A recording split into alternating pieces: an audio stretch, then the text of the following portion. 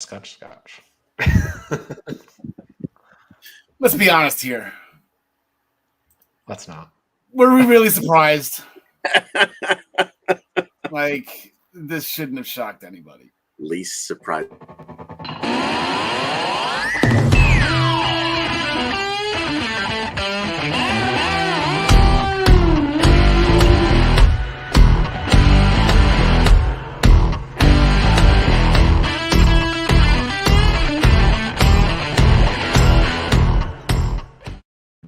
Sorry, John, I cut you off. Least surprised what?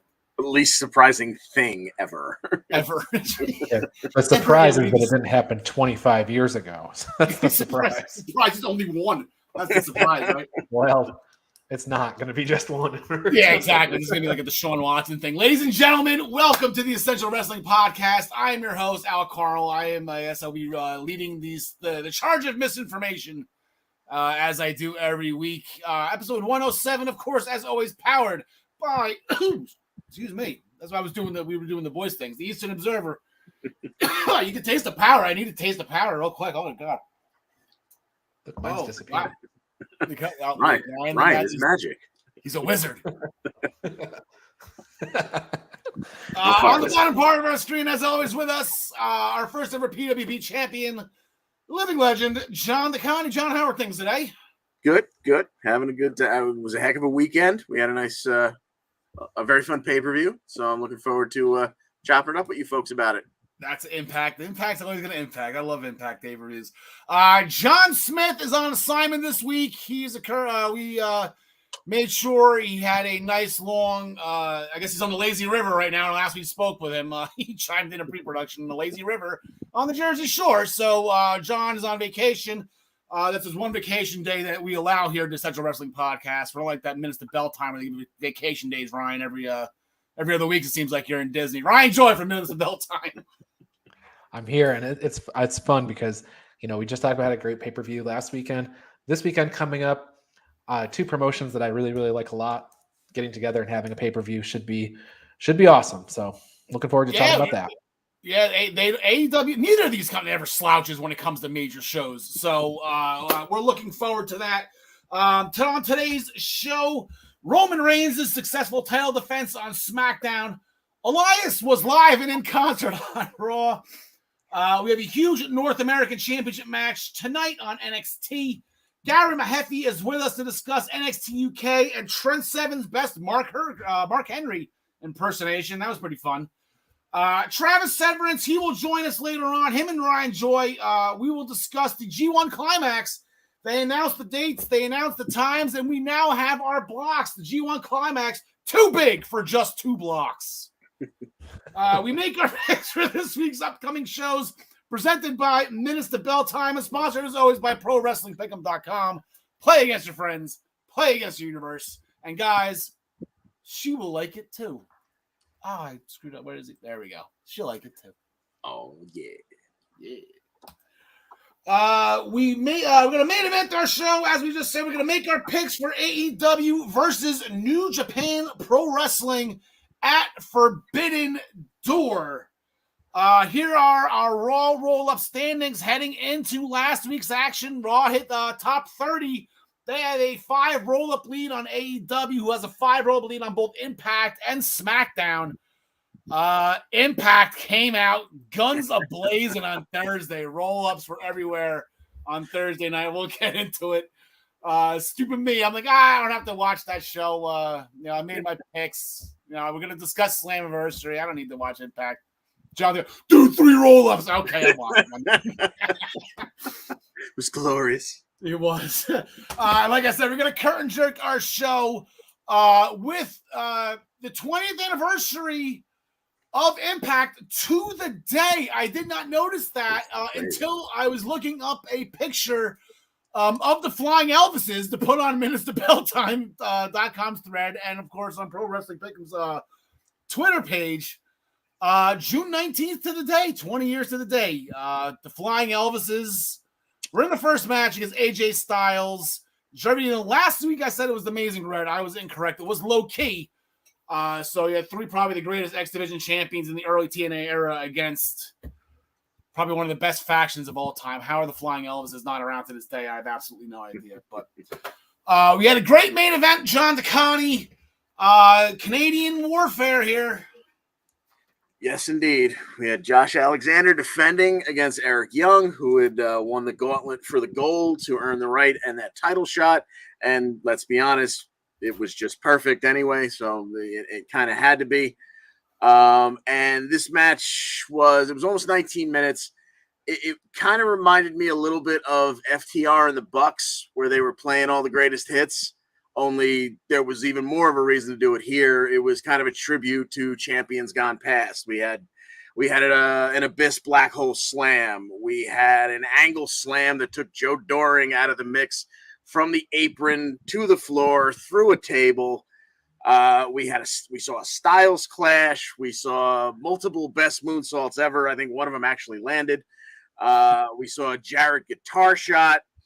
But in the end, we had I think it was an ankle lock, and Diener had very special Violent by Design yellow Fuji dust that he used to blind Brian Hebner. Like I said, Josh got rid of Doring with the ankle slam through the table. Diener came back now with the Violent by Design flagpole. He missed. Josh Alexander found Scotty D'Amore, I guess, had stashed it under the ring after he was done parading around with it earlier. He had the Team Canada hockey stick with the Canadian flag on it.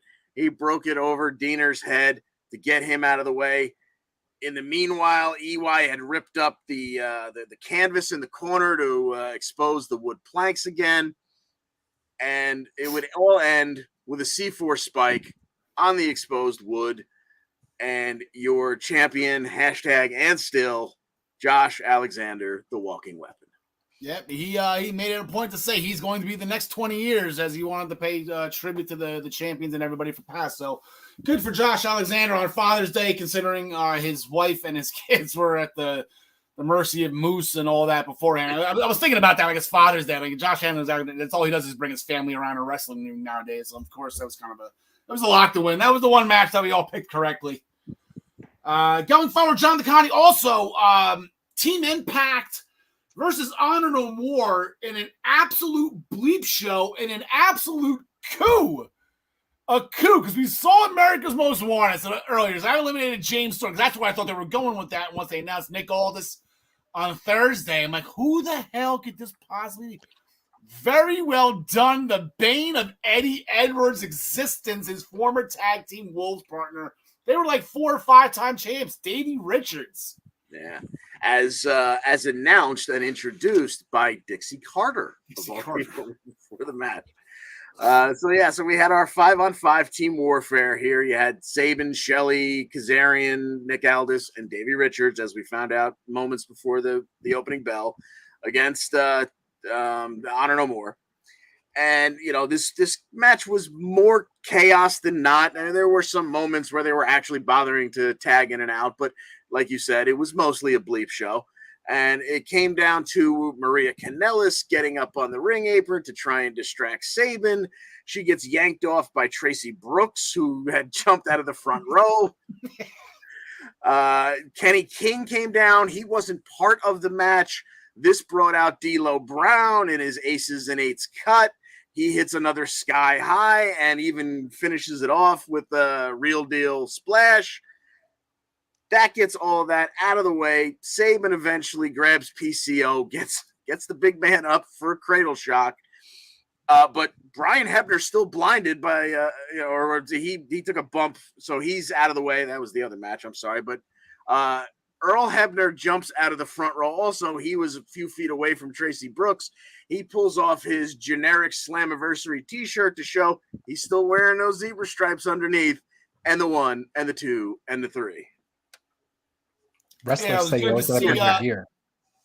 That's it. Ask any hockey player, why's your bag in the car? Well, you never know when a game's going to break out.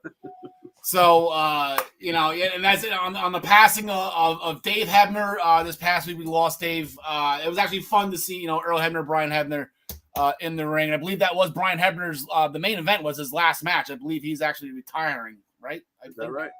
I think I saw. I missed that. So I think they posted that. He posted that on Twitter. I could be wrong. Correct me in the comments if I'm wrong. Don't forget to like and subscribe to all the misinformation here at the Central Wrestling Podcast. That's why we have SpongeBob. Ryan, I got excited on Saturday night when Impact tweeted out that they're actually going to go through with locking Moose and Sami Callihan in an isolation booth. So they actually had to do the 24 hours of no food, water, or daylight before their Monsters Ball match. I don't remember. I remember the first couple ones they said it, but they didn't show it. And then I just think that they lost the feel of it. But then they went right back to it. They hit it hard. And actually, John Smith actually had to look this up before I let you go to the match, right? Handrahan or whatever is Tom Phillips' name now is going. Hannafin. Yeah. That was the 54th Monsters Ball match. No so way. Gino looked it up, and he's like, yeah, they're all house shows with Abyss beating up somebody. So, okay. So 54 times they made people. This is HR's got to have a problem with this. I can't imagine Abyss's contract. Well, about 35 days this year, you're not going to eat or drink. Are you okay? Yeah, or see daylight, or yeah. Jeez. Well, this, obviously this match was built for Abyss, but it really was made for Sami Callihan too. It's kind of like a perfect, Sami, you've been out a while. Why don't we bring you back in a Monsters Ball match? It's kind of perfect. Sami Callihan, ultimately there was at one point in the match where I'm like, man, we really haven't seen thumbtacks. And there they are. There comes Sami Callihan with the bag of thumbtacks. It's like that's the only thing that was missing from the match. We had all kinds anything with Sami. Anything could have been in that black bag. It could have been shards of glass. And John Smith and I were talking. We watched it together. I'm like, is this gonna be Legos again? I think didn't he use Legos the one time? I was like, It was Legos. It was Orange Cassidy and Trent. Orange Cassidy pulled out the Legos. But in any way, this came down to a barbed wire bat, cactus pile drivers into the tacks. 3 of them to put away Moose. I know I picked, I don't remember. Pretty sure I picked Moose on this because I picked about every single match wrong. But Sami Callihan gets the win here after pile driving Moose several times in the tacks. So Sami gets the W. Yeah, I also got the power bomb onto a standing trash can too. That looked like it hurt like hell. That looked nasty. That looked pretty nasty. Jordan Grace, speaking of the gimmick button, Jordan Grace, she won the first ever did the gimmick button pop up? There we go. The first ever Queen of the Mountain match to regain the Knockouts Women's title. It's been a while since Jordan Grace got it. Gary got that right. Kudos to Gary. John DeConnie, I'm sure, has a big smile on his face. That's his girl. So Jordan Grace, the reign of Jordan Grace resumes. There we go. And also, speaking of another title reign, the Good Brothers, they defeated the Briscoes after a magic killer on Jay Briscoe when we beat the Briscoes. So this will be obviously somewhere in the Good Brothers top 10 as they beat the Briscoes for the second time. We all got that one wrong, huh? After that match, though, America's Most Wanted, as I said before, they came out, they had some beers to celebrate tag team wrestling and Impact, and I think that's a fair assessment. I think maybe a couple of hiccups along the road here and there, but you did have actual teams. It started with America's Most Wanted and had the Disciples of the New Church. The blast from the past right there. Triple X is my favorite tag team of all time. They're incredible. Then you had the Motor City Machine Guns. Some guys named Generation Me. I don't think they became anything, but those guys were around. That's where they got the Bucks. They got their names, Jeremy and Max Buck. So it was a good time with the Wolves too. Throw the Wolves in that conversation as well. So good job by AMW. Sorry about your damn luck. Ryan, we're gonna hit the gimmick button again. Ultimate X, another Impact staple. It started the show. And I'm as this match concluded, I said in the chat, I'm like, what are the rules to this match? Because every single time you watch it, it's like I think the last time it was a women's match where the belt came loose or whatever a bunch of times and they had to re-put it back up and whatever. That happened in recent memory. But what I thought from that, the reason I bring that up is I thought that the person had to maintain control of the X or the belt when they landed on the ground. That's kind of what stuck in my mind. Well, toward the end of this Ultimate X match, there was a meeting among the wrestlers on the scaffolding. You had Mike Bailey up there. He gets rid of Andrew Everett, who's also up there. And then Ace Austin's there. Mike Bailey gets rid of him. Mike Bailey gets the belt, and then he sits on top of the structure, and the bell rings, and he is the winner. So apparently you don't have to have control when you get to the ground, but whatever. It was, Mike Bailey, new X Division champion. Yeah, Hannafin said that. Seconds earlier. Exactly. And then the bell rung, and John Smith were sitting there like, okay, this is gonna get good. Okay, like someone's gonna steal it from. We sat there and waited, and then he just nonchalantly eventually just got down. We're like, damn it, This is how you set up the rematch. This is how Ace Austin is gonna. The rules were this, and so that sets up the rematch for Ace Austin and Mike Bailey. I couldn't believe that Ace Austin, after just joining the Bullet Club, he lost the belt. But Slammiversary next year, I know every belt changes hands at Slammiversary. Including the Knockouts Tag Team Championships, Rosemary and Ty Valkyrie, thank you for the segue, Ryan, defeated the Influence after the win clipper by Rosemary on Madison. They won the tag titles. Nobody got shot in this match, so positive and steps for Taya and Rosemary, so good for them. There was a lot of pre-taped messages from Sting and Kurt Angle, and AJ Styles got to make a quick appearance. Plus, they did a tribute to Mike Tenay and Don West.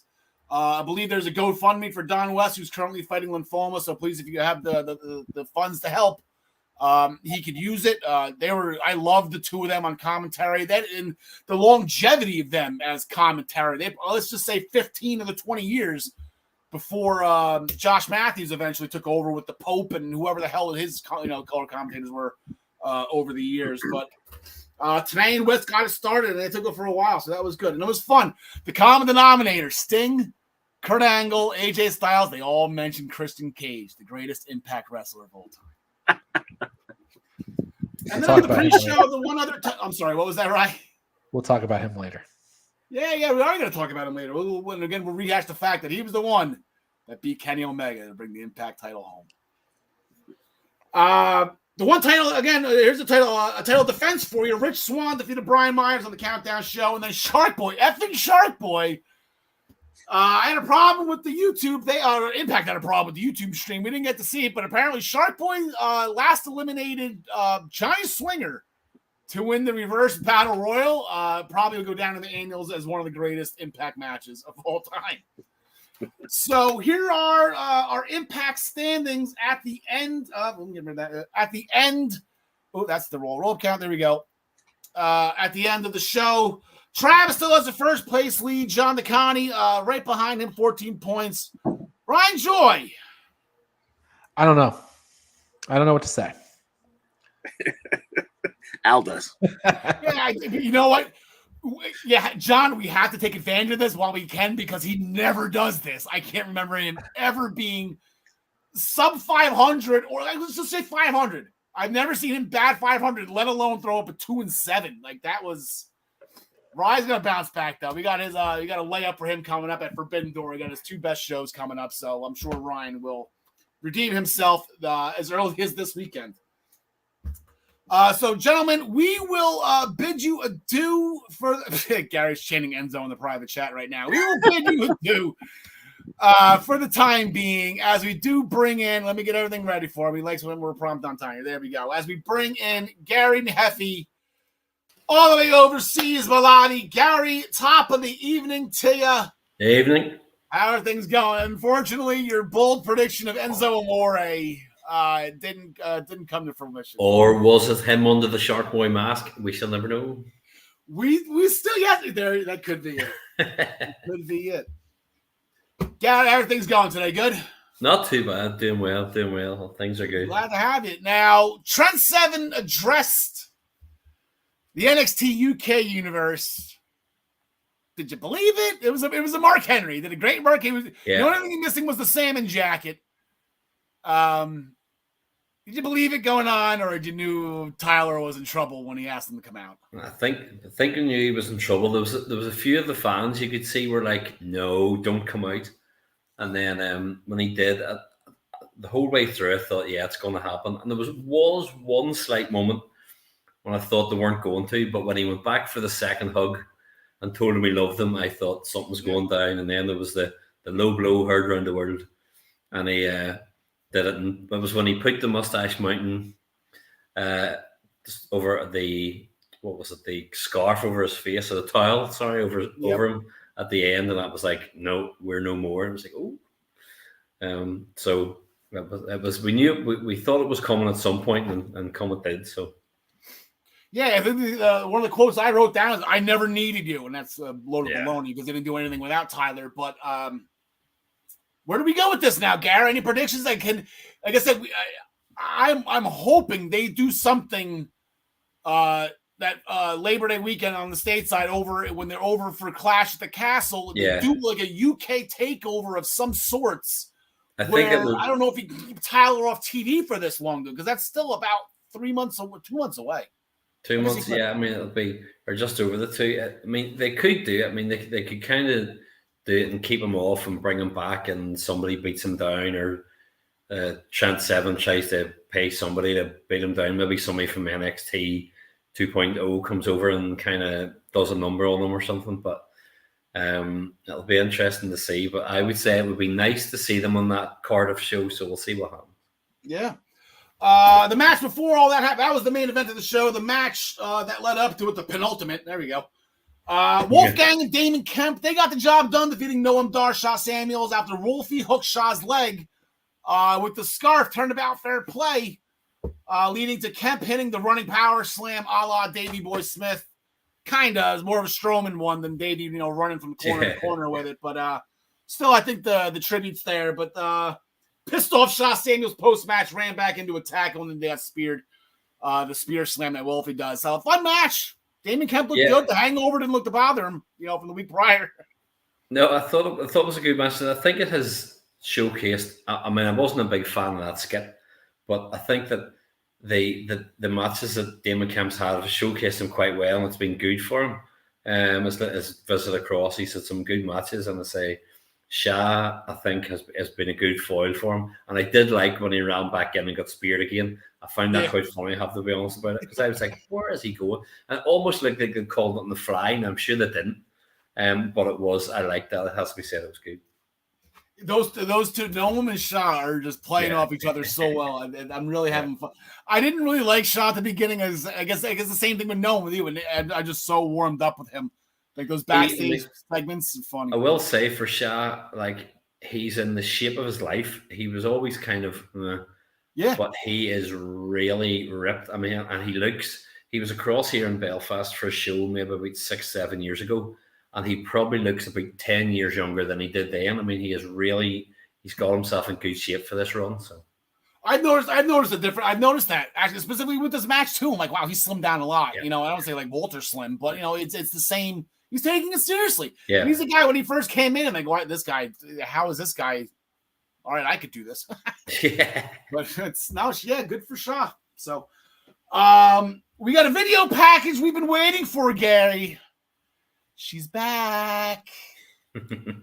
Blair is back.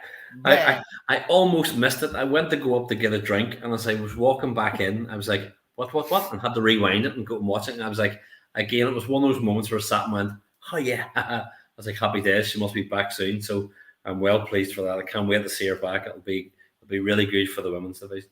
Yeah, it's gonna be great. Maybe she's gonna get who knows if she was supposed to get that title, but it was, I don't want to say it's good that she didn't, but then we got the Isla Dawn title match was really good, and we just recently got Ivy Nile, which was really good, which was incredible actually. So I think it worked itself out where Miko had to put on a couple more matches, but maybe. I do assume. I mean, I never heard. I do assume she was meant to win in that match. I really do, but as you say, it's kind of worked out well for everybody. So Staying in the women's division, impressive performance by Marla Grace. Didn't get the job done. I don't think we expected her to, but she gave Lash a little bit of a run for her money, better than most of the women that in 2.0 have been giving her. Yeah, she did, and it was good to see. As I say, I was just pleased to see that she appears to be given a proper run. So I think we'll see some more Marla Grace over the next few weeks, which is good. So.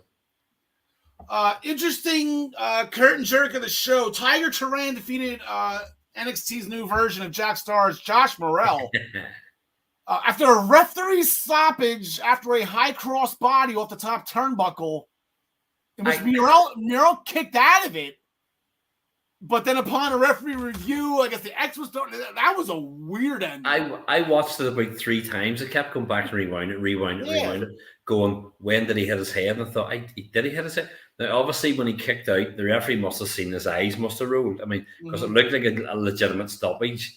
And actually meant the episode ran short, but they are shorter than usual. But I didn't see where he hit his head, but he must have hit it somewhere, and he definitely seemed to be knocked for a lip knock for 7 just slightly. So they kind of did the right thing and called it off. So. Yeah, I hope he's going to be okay in the long run. I guess he should be. It didn't look like he hit it hard at all. That was random. Yeah. We got some more 2.0 talent making our way overseas to you, Gary. First, sorry about your damn luck. She's got Nina Samuels this Thursday. I wonder if that portal, maybe just probably a quick trip for her through that portal to get over to the UK. That would save the money on flights. Yeah, exactly, right? She could just set it up in 2.0 and they could all go through it. That'd save a fortune. Or at least Chase you. I get Chase you over there. Yeah. I guess Nina Samuels kind of she's becoming, I guess, if there's a Jack Stars, if there's a Jack Star, she's probably the Jill Stars, right? Like that's. Yeah. No, she does seem, she's got herself a nice wee roller, and she'll get the odd win sometimes, but you can beat her and she'll bounce back and not really mind. And I think this is definitely set up for Sarai to win. So. Yeah, definitely 100%. NXT's got a pretty impressive record. I think Damon Kemp right now has got the only loss to Shaw Samuels. Yeah. And then mother of all randomness, we got an NXT UK Tag Team Championship match. So Carter and Smith, great. They're the new champs. They're going to put the titles on the line against Brooks and Jensen. At first, because I don't always get to see NXT 2.0, I do sometimes. They came up at first, and I was like, "Who?" I was like, "What is this?" Is this 2 fans of Brothers? And then I figured out who it was, and went, "Okay, right. I've figured it out now. Okay, I know who they all are." But no, I mean, it does look as if every time we tape, we're going to get a different 3 or 4 crossed for a little bit of seasoning, and that's no bad thing. But I do think that Smith and Carter are going to go over in this one. So no, I don't think Brooks. See, the Briggs and Brooks. I get there's 2 different guys, but they're very similar. Briggs and Brooks. It's Briggs and Jensen. I say Brooks and Jensen a lot. Anyway, they there's no shot in hell with them. And they found Henley. She made the trip with them. That's going to be interesting to see where she's going to have maybe a match or 2 over with the UK. So that'd be fun to see how well she does with the success that Ivy Nile just had. So hopefully that'll work. Gary, before we let you go, New Japan flew overseas, or they're going to fly overseas this Sunday. They're going to be in Chicago, Forbidden Door. There's about 7 matches, possibly 8. I think we're going to discuss 8 in the main event. But is there any predictions from your end? Anything you want to throw out there? I'm going for Moxley's going to beat Tanahashi. I think I'm going to go for that. I know he's just the interim, but I'm going to go Moxley winning. And I need to go back and check my prediction to make sure I'm right. I am going to go for Chris Jericho and Sammy Guevara and Minoru Suzuki to win, to take their match. So as well, that's where I think there was. I nearly went either way on it, but I'm going to go for that. So. It seems like Jericho, he's been winning a lot lately. I'm actually a little bit scared. I'm going to eventually pick them too, the spoiler, but the amount that he's been winning lately, I'm almost scared to take him because he's a 2. So, Gary, thank you as always for staying up late late night tonight with us. We appreciate it as always. We will be talking about the Tag Team Championship match next week. Looking forward to it. Looking forward to it. Have a good one. You too. So, thank you very much, Gary. Bring back in Ryan Joy from MinutesToBellTime.com. Bring back in John DeConnie.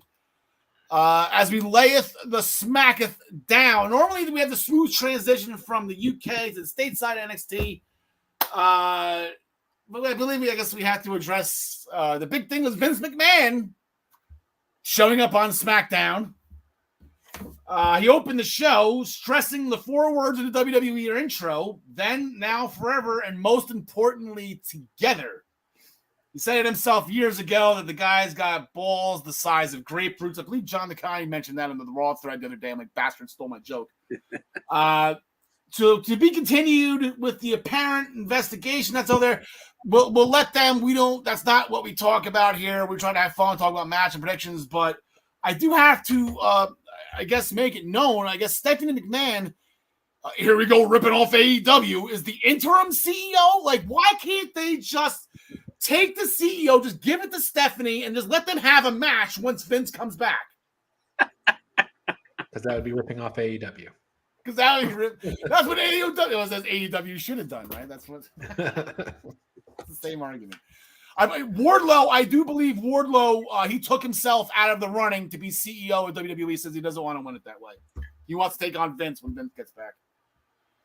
So after that start of the show, Riddle was in the in-ring promo thanking Randy Orton for 20 years of winning titles and lighting fires. Guy committed arson. He gets a championship match at WrestleMania. Riddle dedicated the match against Roman Reigns to his best friend Randy. John DeConnie had that worked out for him. Best friend Randy. Wow, this was Roman Reigns, with the bloodline on hand, and it was for the undisputed Universal Championship. So it kind of went exactly the way you think it probably went. They put on a good match for 17 minutes. Riddle had his spots, a couple of jumping knees that really jacked the Tribal Chief's head back, and but in the end, Riddle made the mistake of getting airborne. He went for a springboard, presumably cross body. He got speared. He got cut in half. There was a 1, 2, 3. Roman retains the title. He gets on the mic afterwards and says, "I've wrecked everyone. Now it's time to leave." And I expected something to happen right there as he hit the period on the end of the sentence, but it didn't. And he took a few steps, and he had 1 foot over the rope, and he was just about out of the ring. And then we got that familiar tune. Yep, we got Brock Lesnar, and they booked it right when the show went off the air. That's going to be our main event for SummerSlam. Roman Reigns defending the titles against Brock Lesnar in a last man standing match. So we're finally going to get a little gimmicky here. We're going to hit where's the end? Why does this button seem like, you know what the problem is, John DeConnie? You get this to me. I'm actually getting fooled by the finger. Like I'm clicking on it, thinking I'm clicking on, like, okay, the mouse is there. Why isn't this working? It's not, it's on the graphic. So they're finally going to get a little bit of a gimmick match. I don't think they've really had any of these in the past. I think they've wrestled probably like 5 or 6 times right now. Main event pay-per-view. So I guess we will talk about that on July 30th, SummerSlam Saturday. We will be having a special. Did we discuss the time yet? It was around like 1 or 2. Right. Sometime in that day. Yeah. So we'll start promoting that as soon as Money in the Bank is over. So stay tuned. We'll join you on this Saturday afternoon. I will not be on my honeymoon this time, so I'll just be downstairs in my studio to discuss SummerSlam. The Street Profits backstage promo, doing the normal thing and promoting the show for the evening. Also mentioned that they are getting a tag team title match at Money in the Bank. So yep, they want the smoke. So that's booked for Money in the Bank. Sami Zayn insists that everything is fine with him and the Bloodline. I guess to be continued on that one, right? Like that's just tune in on Friday for that one. Ryan made a last laugh match, and everybody was laughing. Yes, it's last laugh match. Happy Corbin versus Madcap Moss. Moss does get the win here, so to put what I think is the end of the Madcap Moss and Happy Corbin feud. He hits a punchline, and then he kind of stares at Corbin, stares into the camera. The evil I got something else for you. I got another bullet in the chamber, and he pulls out another punchline. Then takes the pin. So Madcap pins Corbin, And then we go to commercial. We do a little interview. We come back, and Corbin is still at ringside, and he gets in Pat McAfee's face. And as Corbin thinks he's going to walk off after running down McAfee, McAfee picks up the microphone. He gets the entire arena on his side, and they laugh Corbin out of the arena, including the New Day is there at the just before Corbin goes backstage. The New Day comes out to really solidify the humiliation. And I just have to assume that this is going to be a SummerSlam match. Yeah, I believe somebody mentioned that. Somebody called this a while ago. Yeah. Good it was. Points for me. The interview we're talking about was Natalya. She was going to be the first woman to make Ronda Rousey tap out. I wonder what the odds are on that one. You mentioned the New Day. They were walking out laughing at Corbin. You give the New Day a chance to laugh at somebody, they're going to take it. So that was really funny. They ended up having a match with Jinder Mahal and Shanky. New Day got the win after Woods laying down some beats with Francesca the Third. What number Francesca are we up to? 3? At least 3. And Shanky was getting down. Jinder was not happy, tagged himself in, and walked right into Trouble in Paradise. So it seems like the dancing boots of Shanky cost Jinder again. So see where we go with that. Postman Pierce had an announcement on behalf of the WWE officials. Has put both Sheamus and Drew McIntyre into the Money in the Bank ladder match as they were both counted out last week. So instead of keeping them both out, decided to put them both in. Glad that they were able to fit that topic of controversy into the meetings this week with everything else that was going on in WWE. Oh yeah, by the way, what about what about Drew and Sheamus? Put them both in. Forget it. We have bigger things to do. So they're both in. And so going forward with the men's Money in the Bank ladder match, Seth Rollins is in, Drew McIntyre's in, Sheamus is in, and now we have Sami and Shinsuke Nakamura. As I mentioned earlier, Sami thinks he's okay with the bloodline at the moment. Maybe this will be a sign if the Usos decide to get involved, John Licani. Maybe take Sami out, punish Sami for having that match that Roman won easily. Yeah, now I'm thinking, I would love Sami in this match just to continue the conspiracy and for all the humor that he brings and whatnot. But so does the bloodline wait to screw him over there, or do they screw him over so he doesn't get there? I'm going to say Sami goes in just because there's so much more entertainment to go along with that. Yeah, I don't think it was the match that Roman was pissed about. I think he knew he was going to smash and stack whatever his things are, Riddle. I believe it was getting off his private island onto his private yacht to take him to his private jet to take him to wherever SmackDown was this Friday, Ryan Joy. I believe that was the issue. It was more of the travel problems that our tribal chief was having.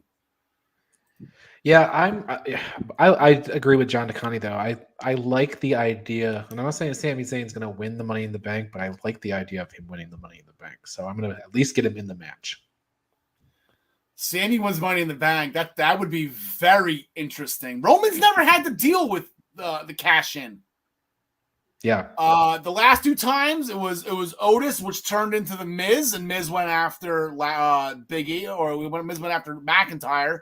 And then last year was Big E that went after Lashley. So Roman's never had to deal with this. Be interesting if it was Sami Zayn. On the well, he women's doesn't side, get off that private island too much, so it's going to be kind of hard to cash in on him. Exactly. Maybe our truth would fly to the island, and then he would go on the wrong island. On the women's side of the Money in the Bank ladder match, Raquel Rodriguez, she defeated Sheena. I was so pissed. I saw Raquel come out. I'm like, okay, she's in, obviously.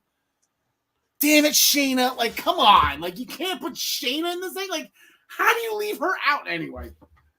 Oh, when are they going to push go with her? Like, when are they going to just let it? Like, when are they going to push go?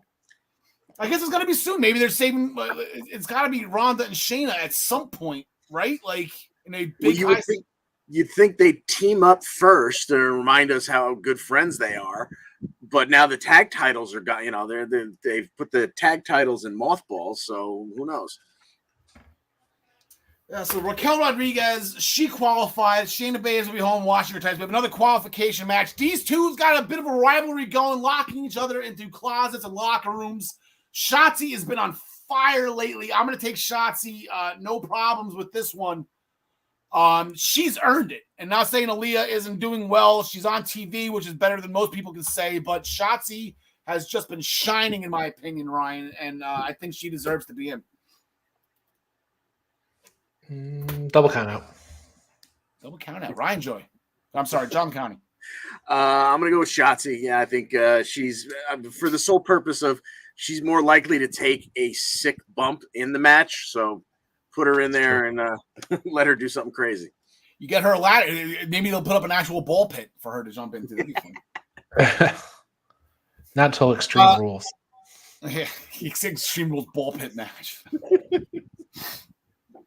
Viking Raiders are getting some video promos for their return. This is the second week in a row. I believe they are making their in-ring, re-debut on SmackDown. Last time we saw them, they beat the Creeds on NXT, which was fun. But I'm glad they're doing something for them to set them up for their return instead of just like, oh, here's the Viking Raiders again, losing to, Angel Garza and Humberto Carrillo. So this is positive sign the Viking Raiders are going in the right direction. I think a Viking Raiders Usos match would be good at some point if it hasn't happened already. Yes. Max Dupree was pissed at the lighting that Postman Pierce had set up for Maximum Male Models debut. So it didn't happen. So we're on the third, week in a row now. We're waiting for, the first model for Max Dupree's.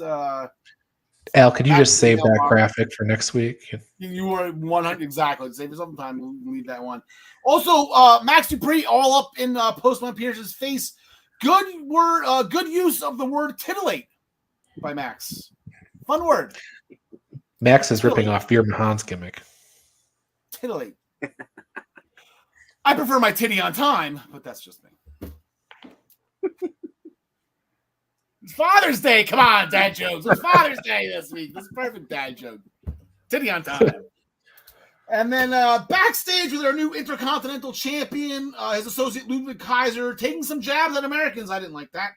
As promised, an American will never be Intercontinental Champion ever again. Which leads us to Ricochet getting a rematch, not through a clause by any means. Shane McMahon did away with that years ago, but we're going to get this rolled back again. No one's in danger. Gunther's not in danger here, is he, Rye? No. And they were right. There was a lot of good international Intercontinental champions once they started going through that. But yeah, no, I think Gunther is going to have this belt for a long time. Long time. Might be named Walter by the time he gets rid of it. Oh, nice. John the Connie. Or Klaus, for that matter. Yeah, I don't think Gunther's in any trouble here. I think they'll put on another good match. But in the end, it'll be a ragdoll power bomb and a fold them in half high stack. Why can't they do the rematch at Money in the Bank? Like, why does it have to be? I know SmackDown hates putting matches on pay-per-views because they want the Intercontinental title just doesn't get to be on pay-per-view anymore. Well, I think they do the ratings for Fox. They put these matches on Fox just so Fox is happy. I don't think it's correct. That's where the money is. So we're gonna go from SmackDown, seamless transition to About last night. Bianca Belair opened the show with an in-ring promo saying that Rhea won't be medically cleared to compete at Money in the Bank. This was kind of shocking news. I didn't see anything about it during the course of the day. It was not reported that it was an upper or a lower body injury. We don't know what's wrong with Rhea. So they had a 5-way number one contenders match. John DeConnie. They'll just leave it at that. Bex came out to interrupt Bianca, then Asuka came out, and then everybody else that was involved in the match came out, and then they wrestled about it. Yeah, and now what you have to remember here was that one of the only matches that I think was actually scheduled for last night was supposed to be Becky and Asuka in a Money in the Bank qualifier. So right off the bat, we get that scrapped in the first block. So it winds up being Becky, Asuka, Liv Morgan, Carmella, and Alexa Bliss in a fatal 5-way. And we get, Liv is laid out. Alexa goes for Twisted Bliss, but Liv gets the knees up. And Carmella, Alexa hits Twisted Bliss. She gets up and turns right around into a super kick from Carmella. Carmella makes the 1-2-3. She's going to Money in the Bank to face Bianca for the Raw Women's Championship. Before we even get to commercial, I don't remember even seeing her leave the ring. Somehow Becky was immediately backstage in Pierce's office, already bitching that she should just be placed in the Money in the Bank match. She's been cheated out of this, that, and the other thing. I think she's on like a 6 or 7 match losing streak. Pierce didn't want to hear any more of it. He just said, all right, fine. We'll rebook the match between you and Asuka. That'll close the show. The winner gets into Money in the Bank.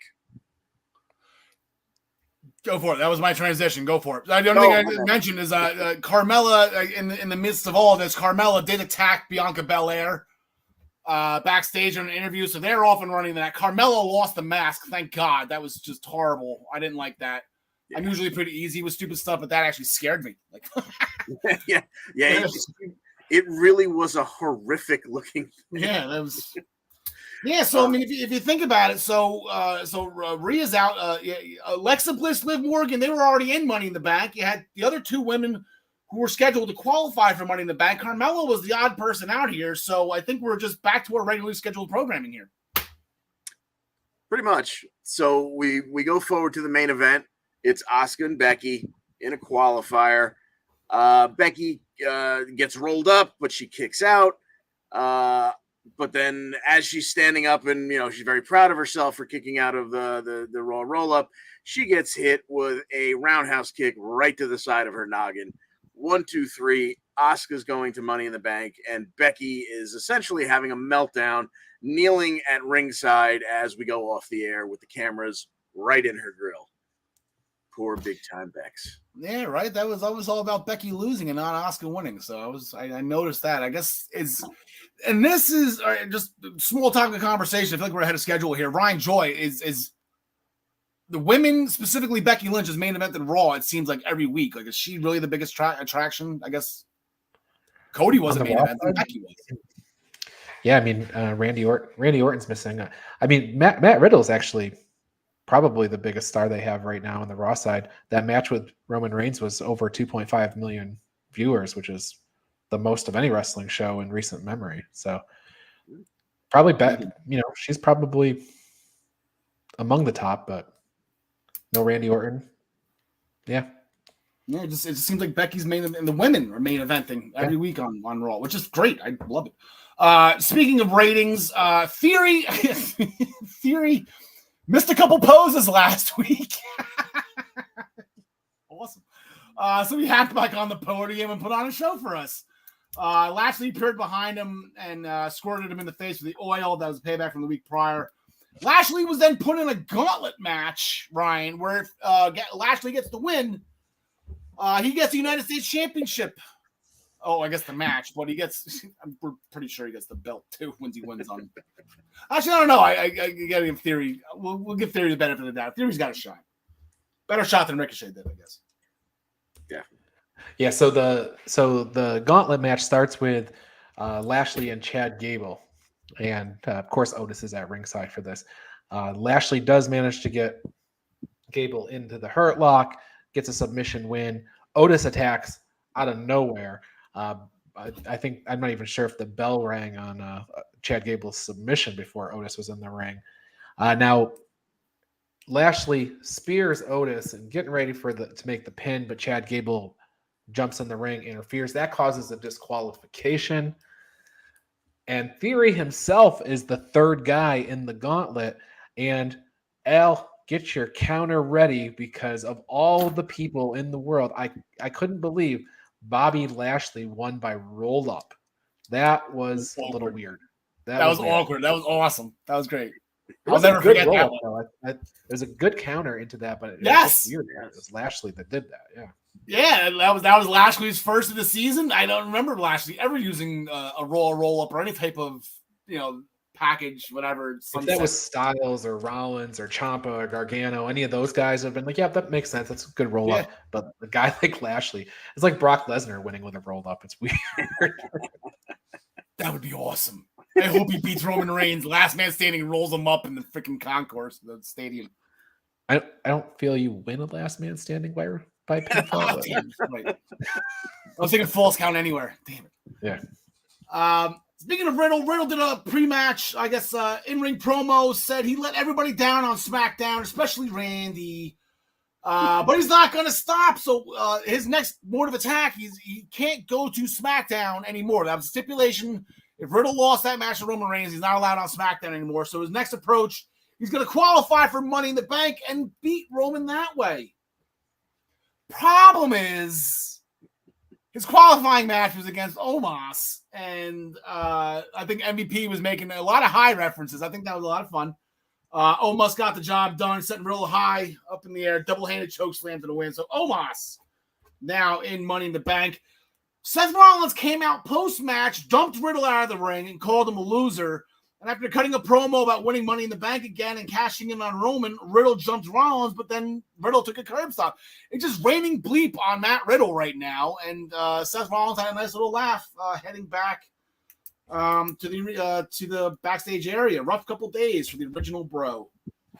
We had an episode of Miz TV promoting episode. Actually, I didn't get the chance to watch Miz and Mrs. last night. I got to go back to my DVR and watch that. His guest this week was AJ Styles, and again, everything's been coming up bleep lately for Styles. Conversation was once again handing about the size of Miz's tiny balls. All leading to Styles punching the Miz, and then Styles gets backed up. He gets back jumped by Ciampa.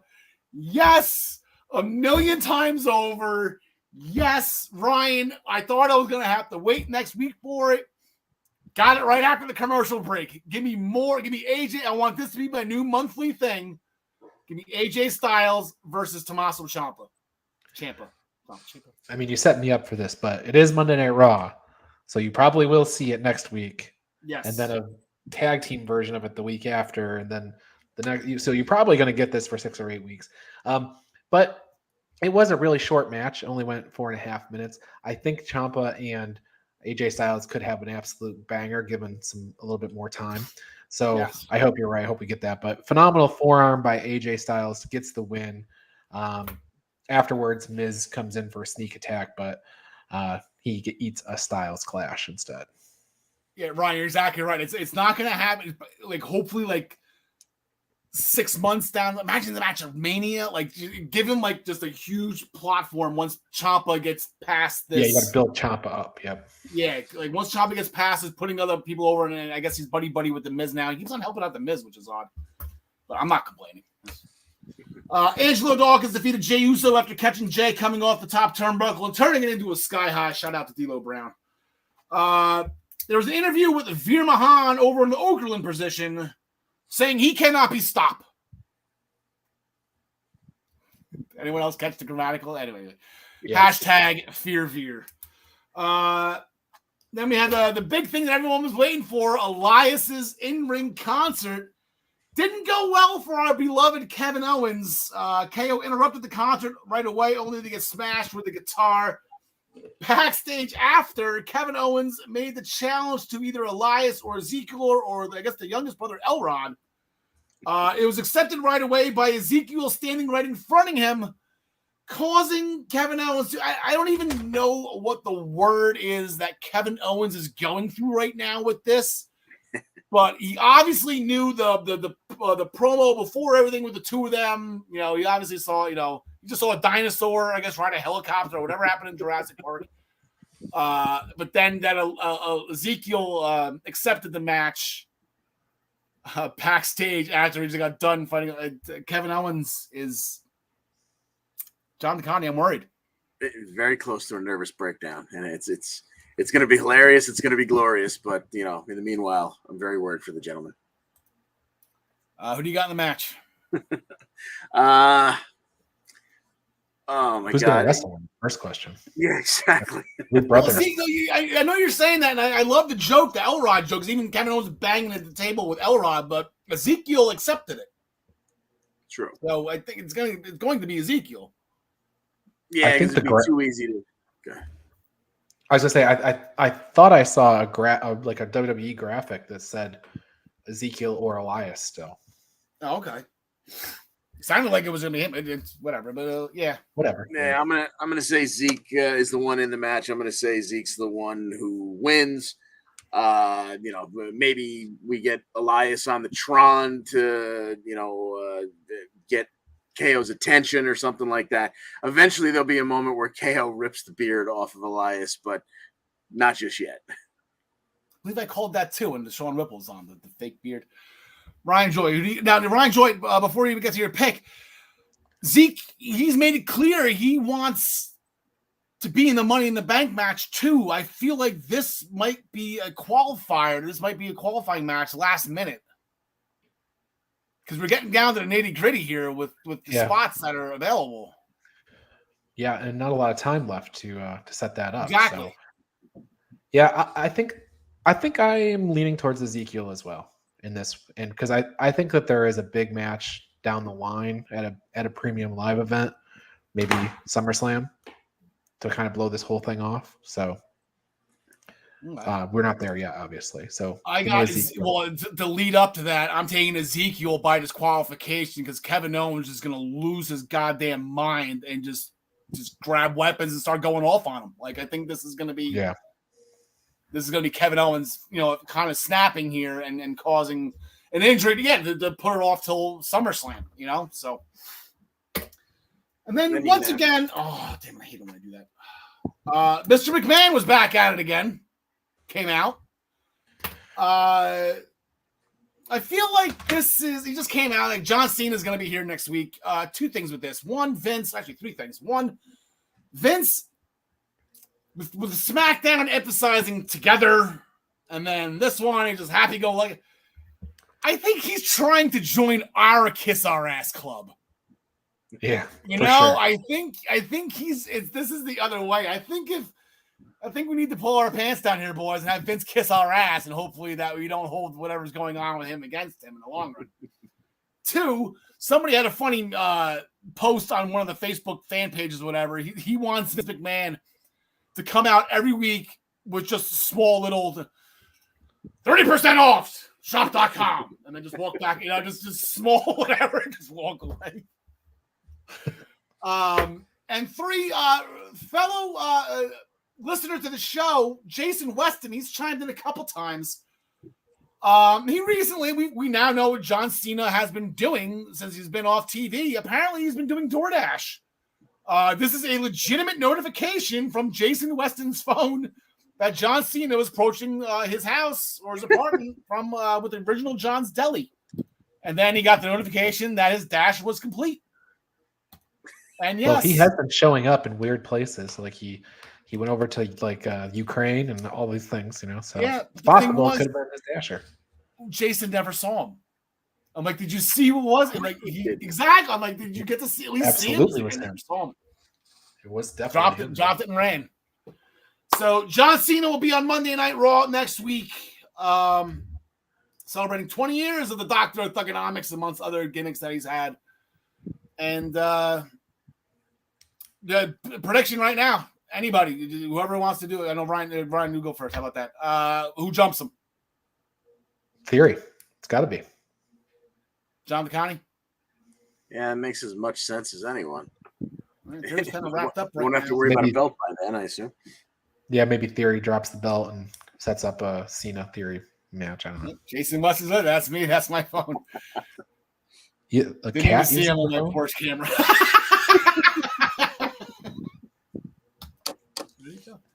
He's good.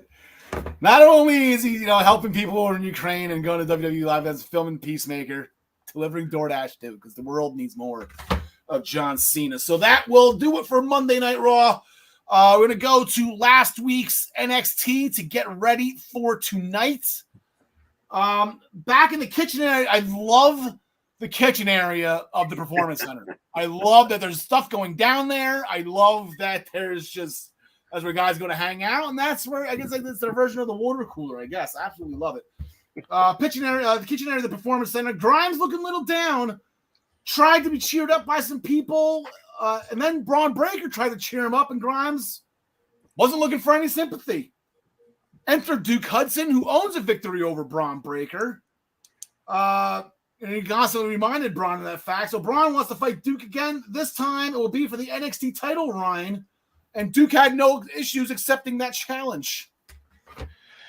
Yeah, but he probably should not have accepted that challenge. Here's the thing with this match. Duke Hudson attacks Braun Breaker before the bell even starts. And you think when in a scenario like that, you're like, oh, he's going to get the early advantage in this match. And I guess in some ways he had the early advantage, but the match was only 46 seconds because Breaker hit a spear and then his Gorilla Press slam, power slam, and got the win in just well under a minute. So early advantage, be damned. And then you can... Yeah, so then after that, I'm sorry, did you go into what happened after the match? Because Cameron Grimes came right back out. Yes, he did, and challenged Braun Breaker for a match because Cameron Grimes seems a little bit bent over the fact that Rick Steiner was able to watch Braun Breaker win the NXT Championship when Cameron Grimes' dad had to look down from up above to watch him win the North American Championship. So that's the basis of the story. Yep, I believe the thing is Cameron's saying that he's going to the moon.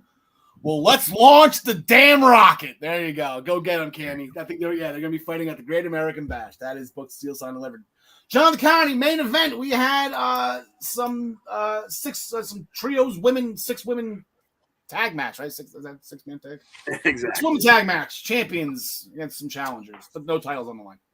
Yes, we had all of Toxic Attraction, the 3-woman unit against Roxanne Perez, Cora Jade, and Indy Hartwell.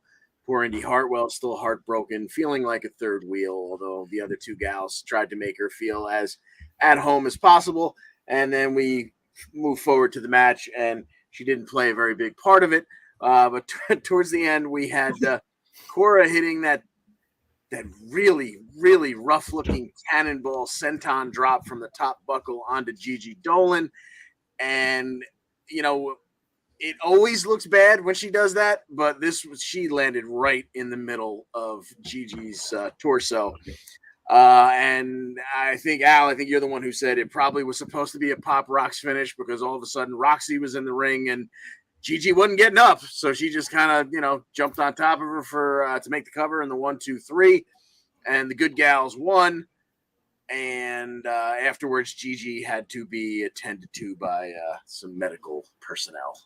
Yeah, she didn't make it back up the ramp with JC and Mandy at the end of that, so hopefully she's okay.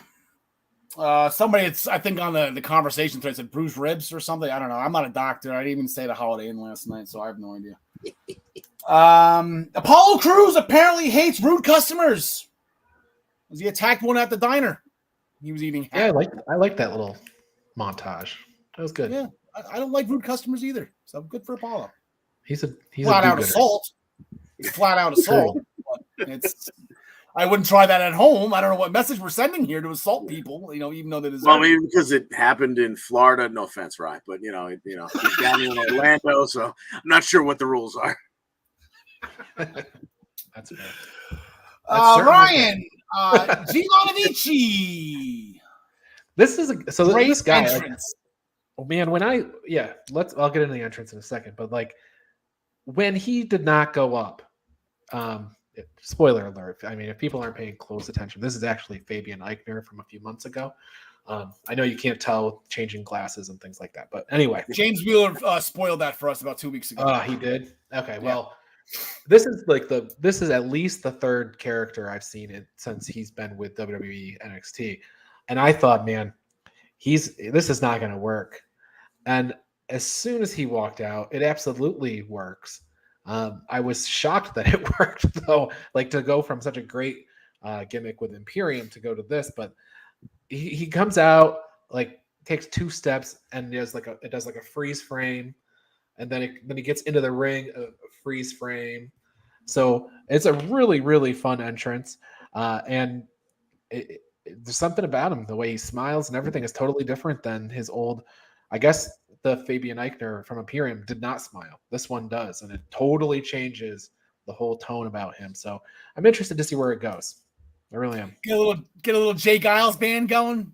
Yo, while he's walking in the ring. Freeze frame. John DeConnie, the Dyad, also made their in-ring debut. Yeah, go through the match. I got a question. Yeah, if you were hoping to find out who it was under those druid robes, well, you didn't, because they wrestled in their nice silky pajamas with the hoods up, and apparently it even looked like they had masks on underneath. They were facing Dante Chen and Xavier Bernal. They ended it with a 2-man elevated DDT on Bernal, and Viano #1 made the cover for the win. It was a sub 4-minute match.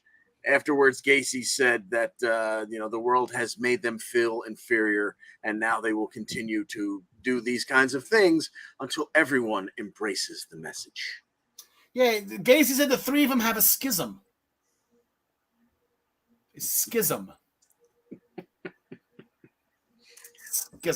There is my question: that DDT, is that Grizzled Young Veterans? Isn't that? I thought it looked familiar. Yeah. Those Grizzled Young Veterans do that move. They're done. No.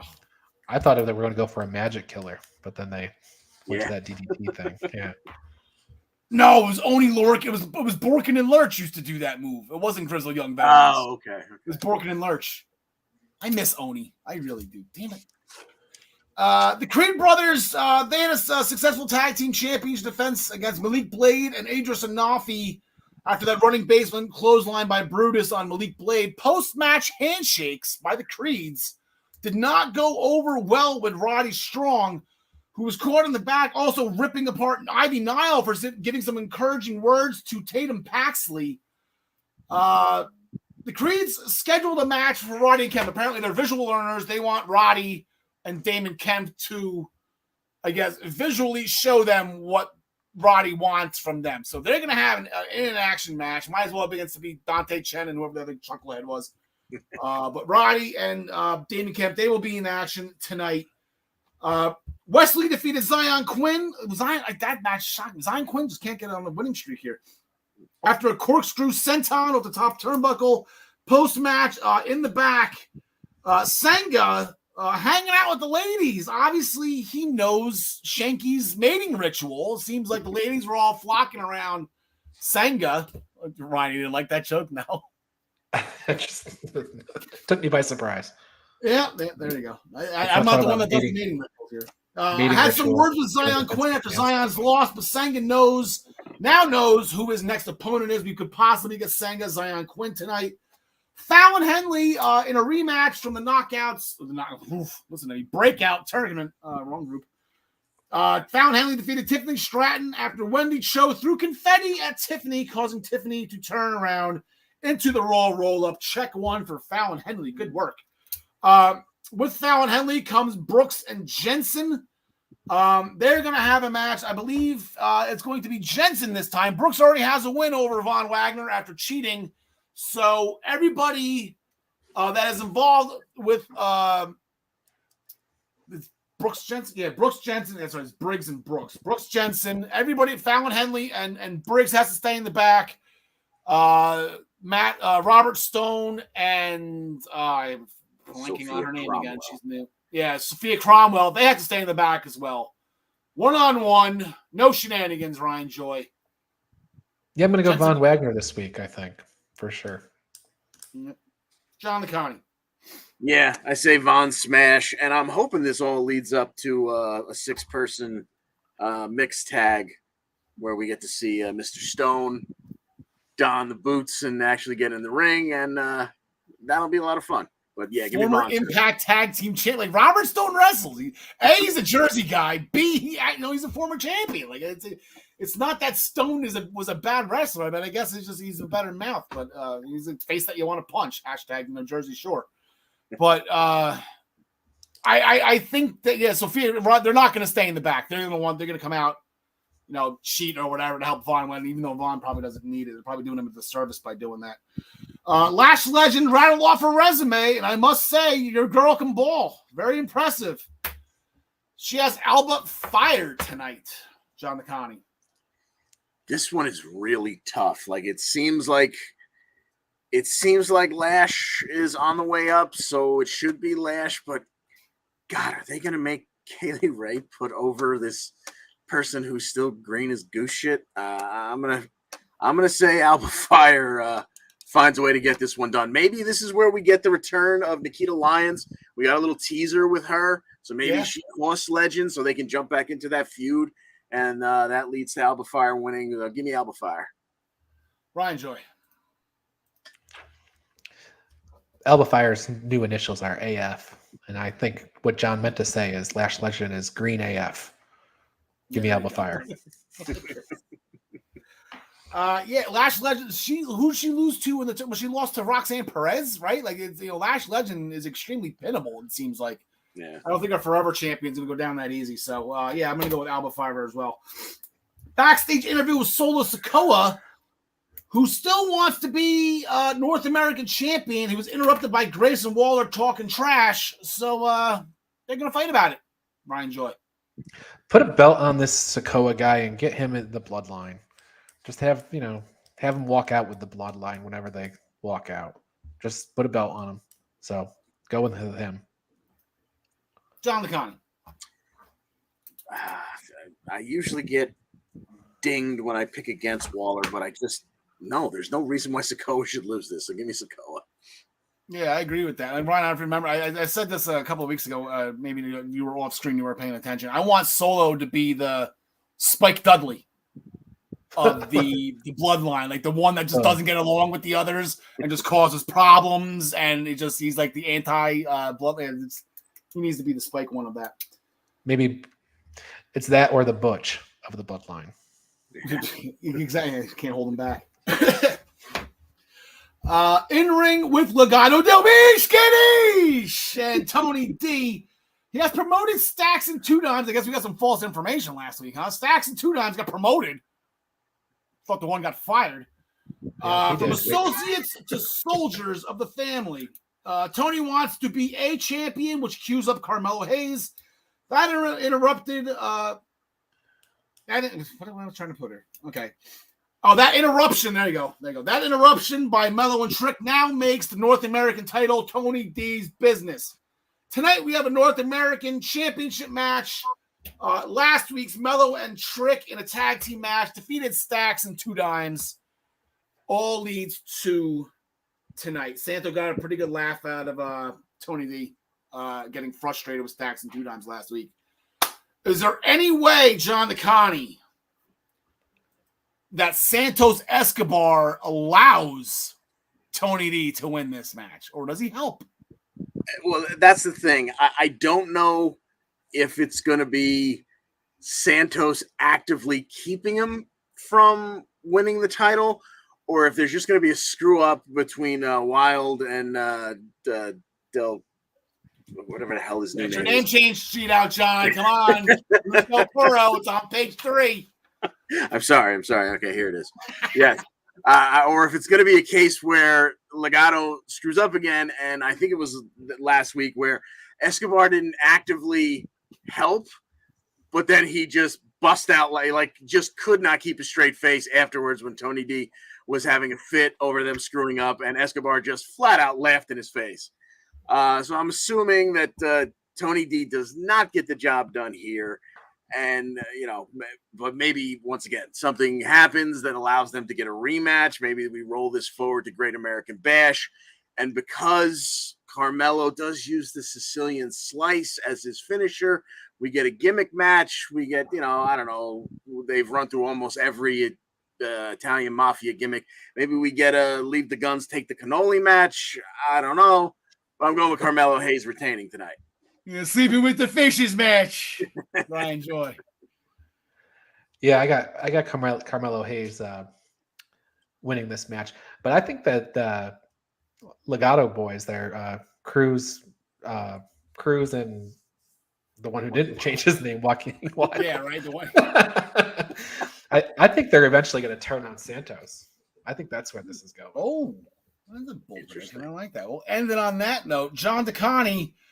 We're going to give you a little bit of a break here before we bring you back in for AEW. as we bring in the salesman of fun. That was the wrong John DeConnie. There you go. The salesman of fun. I guess let's just officially dub it to you now. Or senior New Japan correspondent. Do you want it? Do you like it? You hired?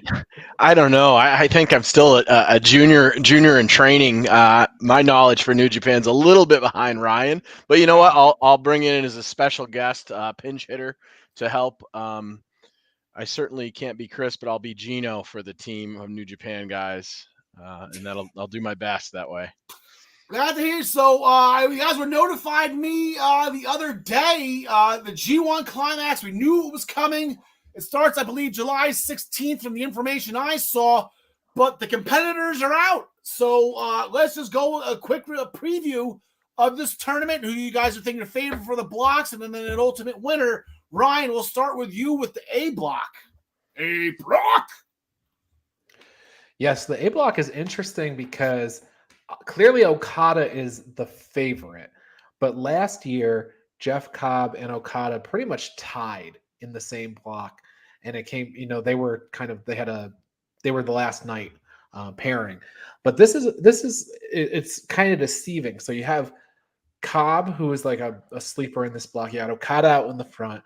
Lance Archer is fighting Okada at the very end of the tournament. Jonah is going to get some wins. Yano he upsets everybody. Bad Luck Fale hardly ever takes a pin. And Tom Lawler is a champion. So it's a weird block in that way. I kind of think in the end, I think Okada wins in the end because they're going to keep him so strong. But this is actually more interesting than what it might look like on face value. Travis, who do you like in the A block? Who's your pick for A block? It's got to be Okada. So we've got three in the history of the entire tournament. We only have three Gaijin that have ever won the event: Andre the Giant, Hulk Hogan, and Kenny Omega. And it's stuffed with beef, but it's all foreign beef. So if you look at all the people there, I got to take Okada coming out of there.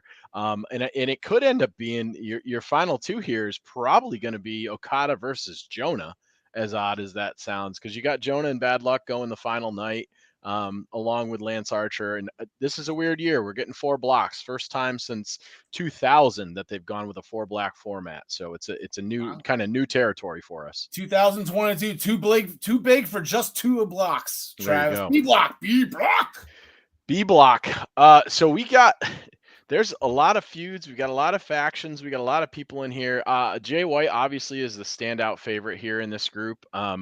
We've got a lot of people with a good amount of time, but believe it or not, between all the blocks, aside from the one that Ryan just went over, there's not a ton of experience here as far as G1 tournament goes. We've got Ishii with 10 appearances in a tournament. Believe it or not, Jay White's only been in 4 of them. The interesting pick in this one for me and who I'm going to go with as a surprise to come out of this block is actually Tama Tonga. He's going to be in the final night of the blocks against Jay White. Interesting fact about Tama Tonga, he's been in a handful of G1s, 5 to be exact. But last year with Okada's run to the championship, he was the only person that Okada lost to. So I think we're going to see Okada versus Tama Tonga in that match. And I think Tama's going to come out of here as a surprise because I don't think they're going to give Jay White the paper. And I don't think they want to have Jay White lose to Okada in that matchup. So I think we're going to see Jay go in to Wrestle Kingdom and defend. Ryan Joy, who do you like in the B block? I like the block. Always like the block that has the champion in it because you're going to set up at least one title match coming out of it. Jay White's going to be very strong in the block. I like Sonata. He always ends up kind of winning. If he doesn't win the block, he is right there at the end, and they've just kind of been keeping him a low profile on him, and I could just see him punching through. Jay White's the safe money, but I like Sonata. All right. Ryan, I'm sorry, Travis, back to you. C block before you get into it, Travis. Fun story. I spent 6 months in C block. C block, yep. You and you and half the guys from GCW. So C block, interesting. Where we A block is kind of the rookies. There's infinite history for G1 here. We've got guys like Hiroki Goto with 15 years of G1 experience. You've got 21 years with Tanahashi. You've got Sabre Jr. in the mix as well. This is a really tough one to pick as far as the top three are right kind of in the middle, but Sabre always ends up with double-digit points at the end of the event too. It's interesting because Naito last year ended up getting knocked out. He had a knee injury. In his debut year in 2011, he lost to Shinsuke Nakamura, and he lost to Tanahashi in 2013. So he doesn't have a win. So he's kind of a sneaky, interesting pick here, depending on what happens with the D block. So this one's a tough one to call. Aaron Henare, first time in, not a lot of. I don't think we're going to see a lot out of him. He may see an upset or might see somebody steal a win here. And you got Tanahashi with 3 victories in the G1. So and it hasn't been that long for as old of as a guy he is. 2018 was his last victory. Yep. But he's an 8-point average guy too. So he's kind of feast or famine when he gets in there. Sometimes he's in there for the pins and sometimes he's in there for the wins. So it's hard to call. If I had to call this one flat today, I'm going to call Naito coming out of here as the winner. Ryan, who do you got in the C block? Yeah, I think Travis is right that Naito is the safe money, but I really like Sabre. I always like Sabre. If Tanahashi somehow wins the AEW World Championship, though, he's not going to be eating very many losses in this tournament. So I would go with him if I know after Sunday he's the champion. But I think Travis is right. Naito probably, or Evil. This 4-block system makes things a little weird. So I was worried about Tanahashi, and I thought that, and you know what, and we kind of cheat this out because we take a look at the last night because they always want the last night before they go into the quarters being a big deal or the semis, depending on the year. And it's interesting because Tanahashi's not on the card the last night. That's right. We've got for the C block, we've got Goto versus Evil, and we got Naito versus Sabre Jr. Now there's a lot of different ways that those final 4 could go. We could go to Evil, Naito, old LIJ. Friends, now foes. We've kind of done that dance before in the past and a couple of years ago. Goto's been around for 1,000,000 years, so maybe this is his kind of farewell song. But then sometimes too, you have the buildup of, well, we got a guy out here who's clearly going to make it through, and these guys don't matter as much, or there's 3 out of the 4 of them are in the mix, and somebody plays spoiler, and it ends up falling. The cards end up being Tanahashi in the end. So I could see that happen in this block much more than the rest of them. All right, Ryan, then we got the D block, the final one, D block. So your two guys in this block are Will Ospreay and Shingo Takagi, 2 guys that have held the world championship before. I like Ospreay to win the block, but it might be a PR too obvious. I might go Shingo. The other thing that's interesting about this block is both Juice Robinson and David Finlay are in here. So they're going to have a match. I looked it up earlier. It's just like July 20th or something is when they are actually squaring off.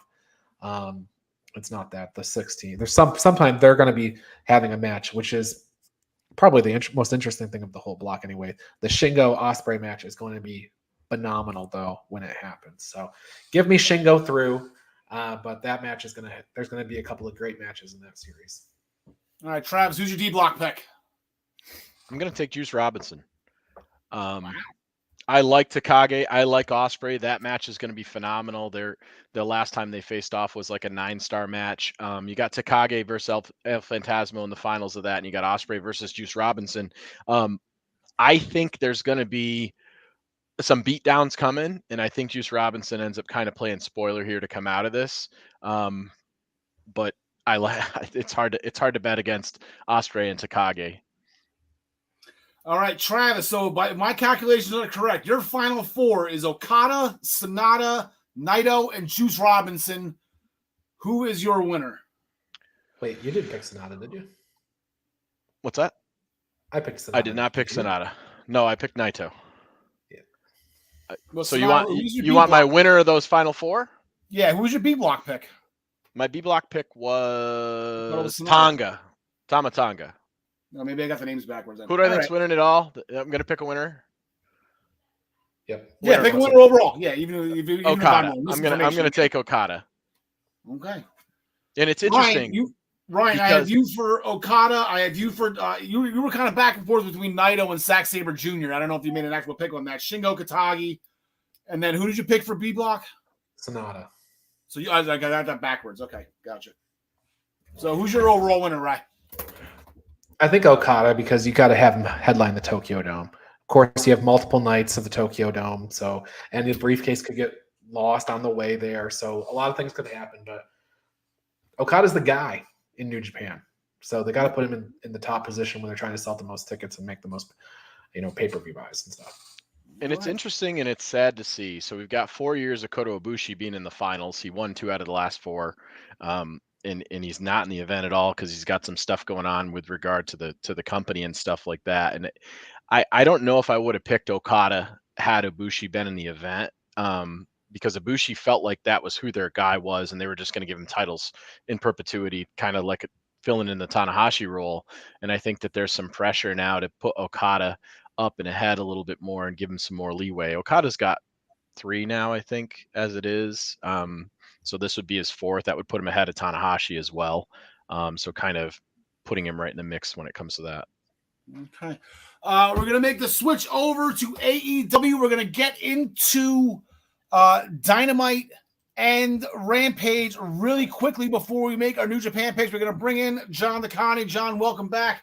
Hope you had time to get some groceries. Say hello to your loved ones.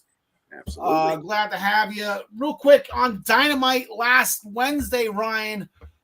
We did have a tag team championship title change. We have a first ever 2-timers. We have a 2-timer here, boys. Yeah, that's right. The Young Bucks defeated Jurassic Express in a ladder match. BTE trigger on Jungle Boy in the end. And the Bucks climbed the ladders, got the belts.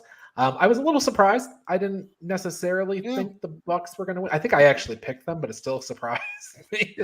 But yeah. So then it went right straight to the Christian Cage finally turning on Jungle Boy, and it looks like that's probably going to get set up for All Out. Maybe. I mean, it seems like it's so far away, but Christian All can Out. I thought delay. full September. November, right? September. Oh, September, yeah. It's Labor Day That's a weekend, little so over. you got a couple of months. But yeah, that's a big match we've been waiting for. So it'll be interesting to see which side Luchasaurus comes down on, because Christian wasn't so he didn't treat Luchasaurus with the same disdain that he'd treat Jungle Boy after the match. Yeah. So we'll see. Wardlow defeated the 20 plaintiffs. Post-match, Dan Lambert ordered Tyrone Woodley and Matt Hughes from American Top Team to take out the garbage. And they eventually threw Sterling to Wardlow, and they shook hands with the American Top Team guys after. So Lambert was beside himself in the skybox. I believe our over-under was 35. It didn't even come close. John Takani, we counted 12, you said? Yeah, I had a dozen. There was a lot of power bombing guys onto other guys, so you didn't have to power bomb those guys and then pinning them in stacks. Work smarter, not harder, that Wardlow. There you go. And then on Rampage, we had promos with Darby Allin and Red Dragon. Darby wanted to return the favor that Kyle and make Kyle O'Reilly watch as he breaks Bobby Fish's leg, as Kyle did with Sting, and that's exactly what happened. As Darby got the win, and then Sting reappeared, and they did what they can to do. They destroyed Bobby Fish's leg via coffin drop onto it, grapevine through a chair. So we'll see what happens going forward with that feud. Jade Cargill defeated Willow Nightingale to retain the TBS Championship. And then Max Caster and the Ass Boys defeated Barrett Country and Leon Ruff. Good for Leon. Okay, so we have AEW Forbidden Door coming up this Sunday night from Chicago. Here are the overall standings, and we have a new leader. Take him down. We have a new leader, albeit by 4 points. John Takani has jumped over Ryan Joy. Travis not too far behind at all. And myself, Gary John Smith, we are just pulling up in the rear right now. John Takani is currently leading AEW by 5 points over Ryan. Gary having a little bit of a showing here. Him and Travis both tied with 115 for third. And then eventually have to get my head out of my ass. It's going to be 15 points for the AEW, or the interim, AEW Championship and the IWGP Championship. 9 points for all their titles, 3 for the non-title matches. The buy-in matches, if there are any, will count. If you nail Mr. Perfect here, if you go Henning, you get a bonus 15 points. Now, before we get into this, Travis, I specifically wanted to throw this to you to give it a little bit of research to talk about here. It seems like since it's on American soil and AEW and Tony Khan announced the event, okay, it seems like this is very AEW heavy. This is very stateside heavy. How are New Japan wrestlers dealing with this? How are they promoting it over in Japan? Do Japanese people care about this over there? So I think you got to kind of look at this a couple of different ways, and I think us as wrestling fans that are a little more in the know, a little inside baseball, so to speak. Ryan and I are familiar with New Japan. There's a handful of you guys that are familiar with New Japan, and there hasn't been a lot of exposure there, and vice versa. I think there's more exposure probably to the Japanese fan than there is AEW talent versus the other side. And I think the ratings last week kind of spoke for that. For me, last week was a stacked card, and the numbers came out, and it wasn't the numbers that I think anybody was going to expect. There's the meme. Jeff Hardy blew higher than the ratings of Dynamite last week. Well, there you go. Yeah, I mean, and if you look at that, you look at the way that they built those matches and stuff like that. I mean, it was a pay-per-view almost, like what he put together. Yeah. So I think if you have to look at this, and if you're going to be intelligent and look at the way that Tony Khan and Gato work together, I think this is a multi-year plan, and I think it's interesting. They're going to have to promote our wrestlers, and we're going to have to promote their wrestlers and get this feud kind of going, but it's going to take a little while. You know, in a lot of times the business end of wrestling is very different than what the regular consumer looks at. You know, Eric Bischoff took a ton of shit over the years for giving away Road Wild when after Harley Davidson sued him because it was a free pay-per-view. And why would you do that? Well, nobody saw the sponsorship coming in from all the different beer companies and stuff like that, that WCW was getting from the business end of it. So it's going to be a build, and it's got to work, you know, so it's going to take a little while. It's interesting. I think some of the excitement of this was probably taken out of the sales a little bit with Punk getting injured, Danielson being kind of questionable, which I think we're going to get Danielson, Zack Sabre is what my hope is the next match announced. I'm a little disappointed that there's no women on the card. Maybe they're going to work through and do some Stardom stuff. Well, there's the one match, but it's no Japanese wrestlers, right? Yeah, so that's a little disappointing. And their Stardom is right there, and there's plenty of great talent there. So hopefully they find some way to incorporate the women in the Japanese side of things like they did with the tournament a couple of years ago. So in general, I would say that it's going to be probably a multi-year thing where this is going to need to build for a little bit and stuff. And there's, cooperation, and it's smart to have that exposure on both sides. All right. So the first match we're going to talk about for the IWGP United States Championship last week on Dynamite, Will Ospreay defeated Dax Harwood after a running basement elbow to the back of Dax's head. Post-match, United Empire attack on Dax, thwarted by Wheeler Yuta and Roppongi Vice, and a returning Orange Cassidy, who had a stare down with Will Ospreay, and they booked the match right then and there for Ospreay's newly won United States Championship. Ryan Joy, who do you like in this one? Well, I think a title will change on this card. I don't think it will be this one. I think Will Ospreay is going to get through here. Travis. I would agree. This is Ospreay's match for sure. But it could certainly steal the show, and I think people are underwriting this a little bit. John DeConnie. Yeah, I'd be very surprised if Ospreay did not retain. That's going to be my pick right now. Yeah, I heard something that this is actually supposed to be Andrade and not Orange Cassidy. I think something happened. Yeah, that's that's SpongeBob. I don't know if that's true or not, but no, it's true. It's true. I mean, Andrade was pretty open about the situation that he had going on with Triple Mania and stuff. Also stemming from that match with Roppongi Vice, FTR, and then the recent jumping attacks by Jeff Cobb and Great-O-Khan, we are going to have a 3-team, 2-title match here. Winner take all. We're going to have the IWGP Heavyweight Tag Team Champions in the Great-O-Khan and Jeff Cobb going against the Ring of Honor Tag Team Champions, FTR, and then Roppongi Vice, who have been New Japan staples for a very, very long time. John DeConnie, Rocky Romero, and they just got back together recently. Right. And didn't they hold the ROH tag titles at one point? I would think so. They said Rocky Romero held the Ring of Honor tag titles 3 times with 3 different partners. Yeah, there you go. Kind of think one of them. This is one of the harder matches of the whole night to call for me.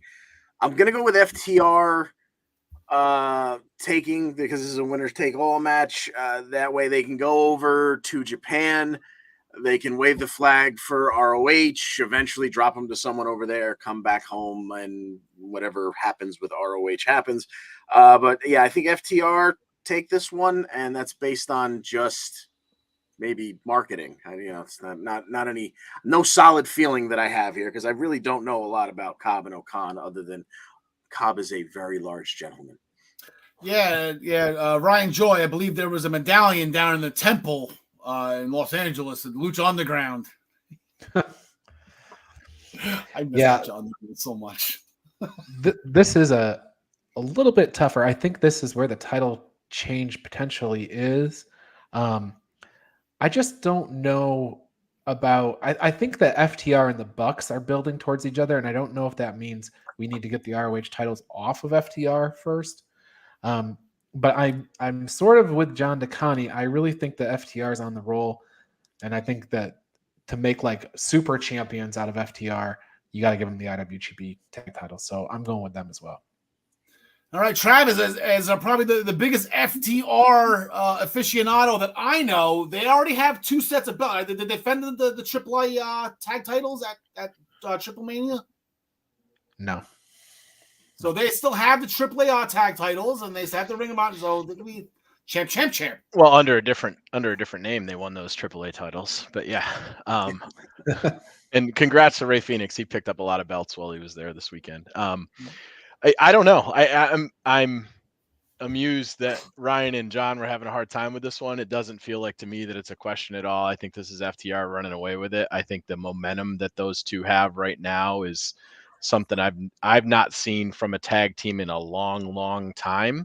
I think that it's probably good that they have the 2 belts to keep them away from the Bucks for a little while. And they can go and be busy and stuff and have a lot going on. I think we'll get to that match. I mean, the last time we saw that match, it was probably the second best tag team match I've ever seen in my life. And there's no reason why this one won't be as well. So I think we're going to see the Bucks probably run through some of the newer tag teams. There's a lot for them to work with right now. You've got Swerve and Lee if they end up working their things out. You got Hobbs and Ricky Starks as well. And there's some upstart teams that the Bucks can kind of feed on before they get to that point. So I think it's FTR, and I wouldn't even bat an eyelash at the pick. Yeah, I got FTR as well. Just to send them over to Japan. I think that's where they want to go. I think they want to go. I think their tickets are already booked. Probably, like, yeah, we want to go. Let's let us fight. Whoever's over there. Tai Chi and whomever after the G1's done. So I got FTR. I think that just adds their lineage, and that would be a great thing. Then we have our AEW All Atlantic Championship, tournament. It's just qualifying matches for a Fatal 4. The most recent one, Miro defeated Ethan Page after game over to advance to Forbidden Door. Also, we found out this morning, that Tomohiro Ishii has qualified for the New Japan side of it. That last spot will be filled in by Malachi Black and Penta Oscuro tomorrow night on Dynamite. That's going to be an incredible match. I'm looking forward to that. But then I guess who do you got in the qualifier, Travis? And then who do you got winning to become the first ever All Atlantic champion? I think we're going to see Malachi Black in that last qualifier spot. And I think this belt was built for Pac to carry. Okay. Pac would kind of be, I don't want to say the last one. He's definitely the smallest one between Miro and Ishii and Malachi Black, or Aleister Black. No, Malachi, I got it right the first time. But not like, it doesn't just like short height-wise, the smallest one. He's just as ripped as all of them, trying to go. Yeah, I've definitely got Malachi Black moving into this. And I think because of whether Travis is right or I'm right, there is the, very easy run through the other group kind of scenario set up. I'm going to go with Malachi Black winning the 4-way. That way he can feud with all of Death Triangle, as his first 3 angles to defend the belt too. So give me Malachi Black going into the 4-way and winning it. I completely agree with that. I got Malachi Black. He's my favorite guy out of the 4. And the thing with Ryan, I think we even talked about it. You know, Miro was my original thought, and it was the same thing that you thought. Right? It's your immediate thought is Miro because you just think he's just unbeatable and he wants to beat up God. But it's just like, but he just had that huge run with the TNT title. Like, there's no reason to give him another belt now when he just came back. So I'm gonna go Malachi Black. I think he is just the ultimate wrestler with the agility, size, the kick is amazing, and I think it would be awesome to see him walk around with some gold. I'm gonna go Malachi Black going through. Penta can't be on this card, so he's not going to make it through. So Malachi Black gets through. I do like the idea of Pac winning because, you know, Pac actually is the only guy who traverses the Atlantic every single time he wants to come to work. So yeah, like the all Atlantic belt would make sense. Pac's for a great him. pick. But I'm going to pick Malachi Black as well. Okay. So the reason I stayed away from Malachi Black is I'm pretty sure that the triple belts are for House of Black. Oh. Okay. Still waiting on the 10-man tag belts. Yes. We had 20-man history, so get those belts too. That's a lot of gold. I just can't believe we got this belt before the trios titles. Yeah. I know. I thought for sure that's what they were going to announce. Was there anyone clamoring for another singles title in this company? Tony Storm defeated Britt Baker after Storm 0 last Wednesday. Thunder Rosa chased off Jamie Hayter during the match to return the favor from Tony for the week prior. Rosa appeared in the entrance ramp post-match, pointing at Tony. So what's going to happen, folks? Get excited. This one is going to be good, John Licani, for the AEW Women's Championship. It's going to break my heart to say this. Yes, it's definitely going to be good. I don't see why you would take the belt off Rosa this quick, as much as I really would love to see it on Tony. I'm going to say Thunder Rosa retains.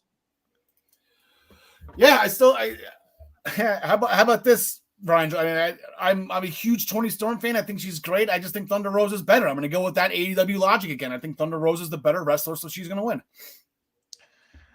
I'm going to pick Thunder Rosa to win as well. Although I have to say I'm not sure that I buy into any of this, but there's been rumblings of some drama and stuff with Thunder Rosa. I don't know that there's anything there, but if they change the title, maybe that, yeah, exactly. There's been that kind of stuff. So if there's any truth to that drama, then maybe they take the title off her. But I think Thunder Rosa gets through, wins.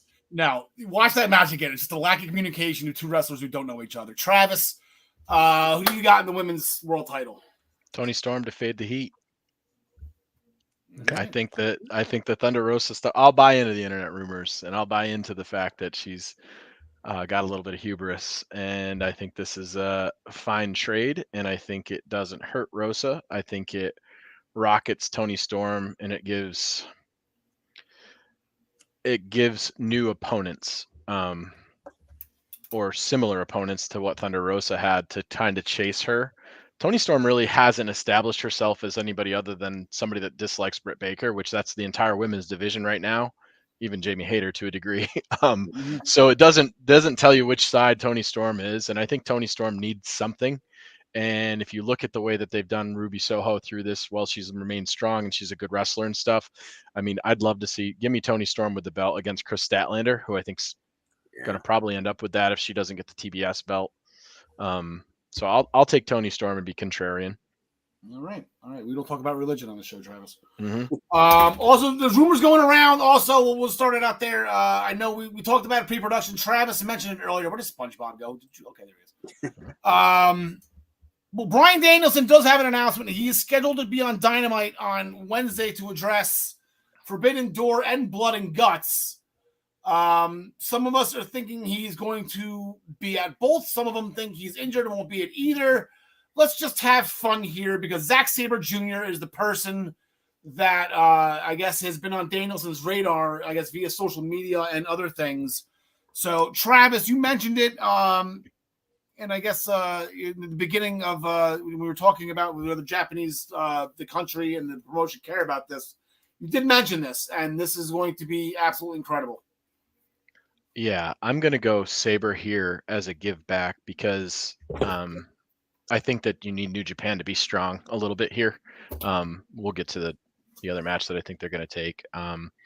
I think Tony's probably going to be a little bit more giving when it comes to this, and this is one of those matches where I could see them going back to again or two more times. If Danielson's healthy, this thing could be absurd. Brian Joy. Yeah, and it's going to be eye-opening to anybody who has not seen Zack Sabre wrestle, because Zack Sabre wrestles completely different than everybody else in wrestling. So yep. It'll be unbelievable to all of the people that haven't been exposed. I'm going to take Zack Sabre, and Al, I'm going to take a roll-up on this. He'll use the European clutch and get the win, which would then lead into more matches, like Travis said. All right, John DeConnie. My first exposure to Zack Sabre Jr. was way back when in the Cruiserweight Classic. Oh, sure. Daniel Bryan commentated that, and he had nothing but Zack Sabre Jr. Between Zack Sabre Jr. and Kota Ibushi, the two greatest cruiserweights of all time. It was supposed to be the final. They ended up not signing contracts, and that's why we got TJP and Grand Metalik. But he had no issues shooting out Zack Sabre Jr. during the 4 matches that Zack had in that tournament. Yeah, and for that reason, and for what the gentleman that preceded me said, I think Bryan Danielson never seems to have a problem laying down for anyone, especially if it's a good match. And I think this one, a winner is us on this one. This will be off the charts. So give me Zack Sabre Jr., even though, he'll kind of be, I don't want to say an unknown, but, there's going to be a portion of the fan base that's going to be like, wait, we didn't even get any real lead, unless he appears in the next 2 shows this week to set it up. They're not going to know him that well, but I think that the wrestling is going to be so superb, it's going to rise above that. So give me Zack Sabre Jr. And they got to replay his promo, Blackpool Country Club. Country Club. Yeah, it was great. Yeah, I'm going to take Zack Sabre Jr. as well. I got him. It's just just put him over. There's no reason for Bryan Danielson to win this at all. It doesn't matter. This is not about winning and losing. This is just exactly. It's going to be a textbook lesson. Hangman Page did an in-ring promo last Wednesday. It was interrupted once again by Adam Cole, who set up a blindside attack by the IWGP World Heavyweight Champion Jay White.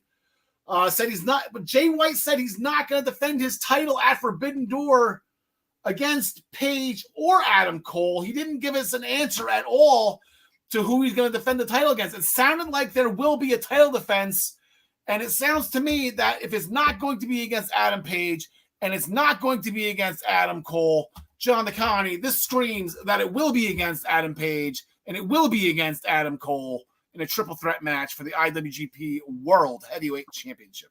Exactly. I'm not going to fight you. I'm not going to fight you. I'm going to fight both of you. Yep. And I think Switchblade will retain.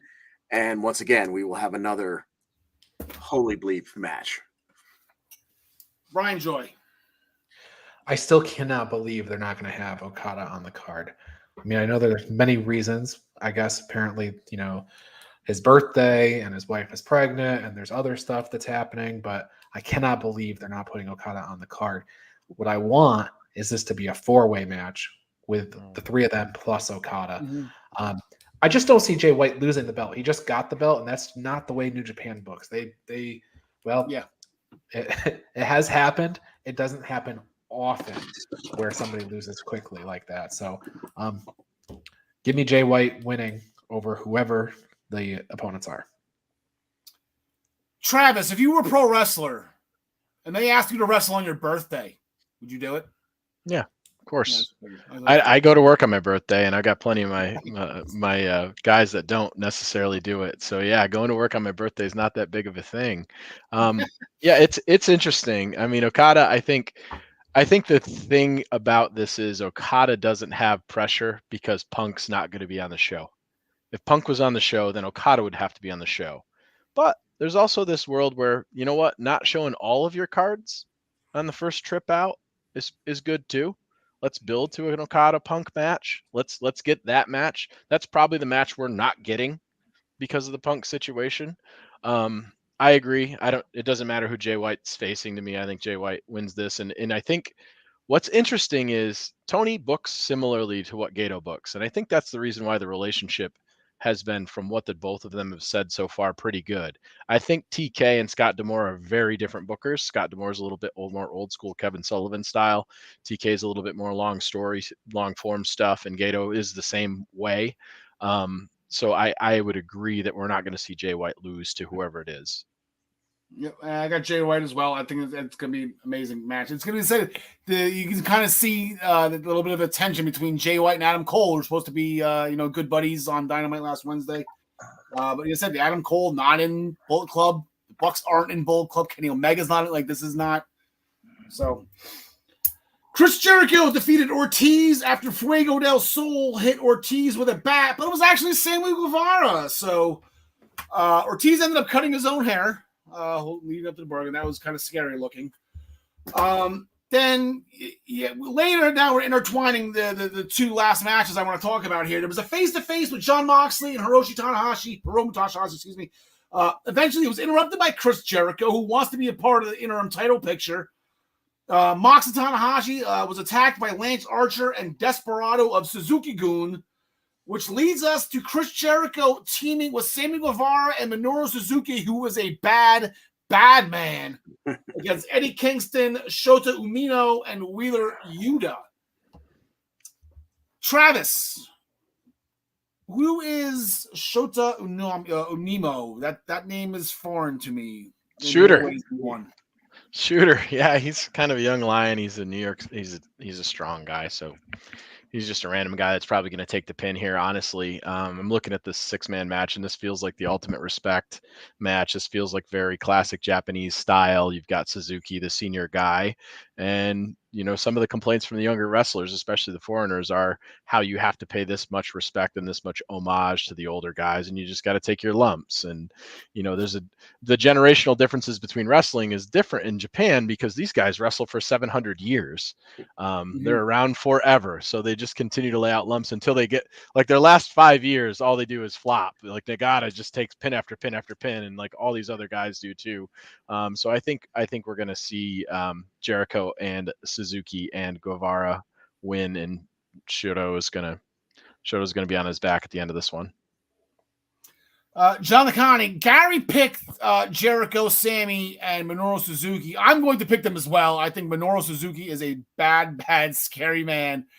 I'm scared though because Jericho has just been on a touch of a win streak here, and it always just leads me. He's due for one, so I'm not going to pick it here. He had the upset victory at Double or Nothing. Nobody kind of predicted that other than Travis. So maybe we should stick with Travis on this one and go with Jericho again. Yeah, I think Jericho is going to continue to look good. In fact, I think he probably even finds a way to win the tag match on Dynamite, then win the 6-man at Forbidden Door, all leading up to him finally getting his comeuppance the next week. But we'll wait, I guess, to talk about that. But yeah, give me the Suzuki trio at Forbidden Door. Ryan Joy. Yeah, well, because Jericho has had issues with Moxley and Tanahashi in the past, I kind of feel like the whole point of this is to get a title shot with Jericho. That could be, I don't know what the deal with Punk is or how long he's going to be out for, but that could be your all-out match in September is Jericho, challenging for the championship.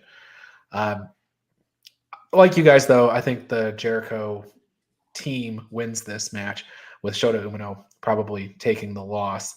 But man, if Wheeler Yuta got a win over any of those people on the other team, that would be career making for him. Or it'd be not career making. It'd be the next step for him, though. It would mean a big deal. It'd be a big deal. And that is the way. If I was going to book the other side of it, that's exactly how I would do it. And I think it's a big deal. And like maybe that's a give back. It's interesting because I'm looking at this thing and I'm going, gosh, I am giving a lot of these matches to New Japan, but I think it's okay if they come over here and we give them a bunch of wins to make people aware of who they are. All right, and that takes us to the final match. Jon Moxley had a tune-up match last week on Rampage. He defeated Dante Martin. This is for the interim AEW championship. As we know, CM Punk, the actual real champion, want to call it that, the AEW champion, just won the title, decided to jump into the crowd, and he hurt his foot. So he's going to be out for quite some time. Hiroshi Tanahashi qualified by defeating Haruki Goto. Jon Moxley defeated Kyle O'Reilly in his qualifying match, and here we are. Ryan Joy, as our senior AEW and independent wrestling correspondent. What you got?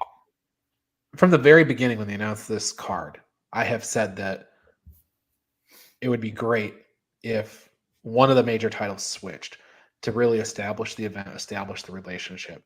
I'd love to see Tanahashi win this match. I'm not bullish enough on it though for him to win the match. If it was Okada in this spot, I'd be more likely to pick him. I just don't see Tanahashi getting it done. So I think Moxley's going to be the flag bearer for AEW for a while.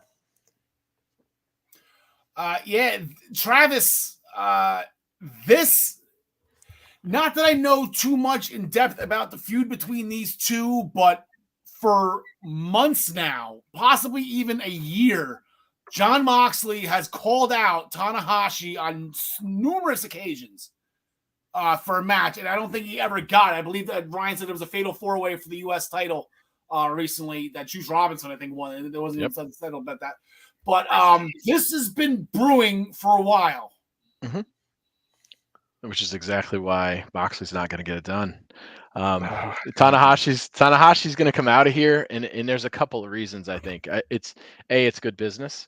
B, it gives Tony Khan a way to give Tanahashi that belt for a period of time to say that he was a part of the organization at a time when you probably couldn't have gotten it done any other way. Tanahashi's towards the tail end of his career, or is moving in that direction and stuff. He's a great wrestler. This gives him an out to give him that belt for a period of time. It's a nice lineage to kind of have and a feather in the cap. I think it says a lot, and I think it gives him the ability to have John go back over there and chase after Tana to try to bring the belt back to the soil, back here, after John held the U.S. belt hostage from them for a long period of time. So I think Tana going back and bringing that title and having that title in the ring in New Japan is a really exciting thing versus John carrying around the interim belt for who knows how long, So I just think that because of the way it positions, and for all the reasons that Ryan said, if Tanahashi covers Jon Moxley in that arena and the 3 count happens, the roof's going to come off of that building. While the pay-per-view buys I've heard aren't extremely high, the event sold out in seconds. So it's going to be nobody buys pay-per-view until the last second anyway. That's fair, but I'm going to be there, so I'll get to see it live. John McConney. Yeah, I'm almost kind of surprised to hear Ryan go the other way, because I think he convinced me over the last 2 weeks as we had been kind of talking about this that this is kind of maybe you don't want to make Mox the first 2-time champion, and there's going to be a little bit of a lesser feel to this because it is the interim, so maybe you don't do that to an AEW guy, and then you get the just like Travis said, you get the oh my god moment at the end of this pay-per-view when that 1, 2, 3 happens. So I am going to go with Tanahashi here to be your interim AEW World Champion. Okay. I just can't bring myself to do it.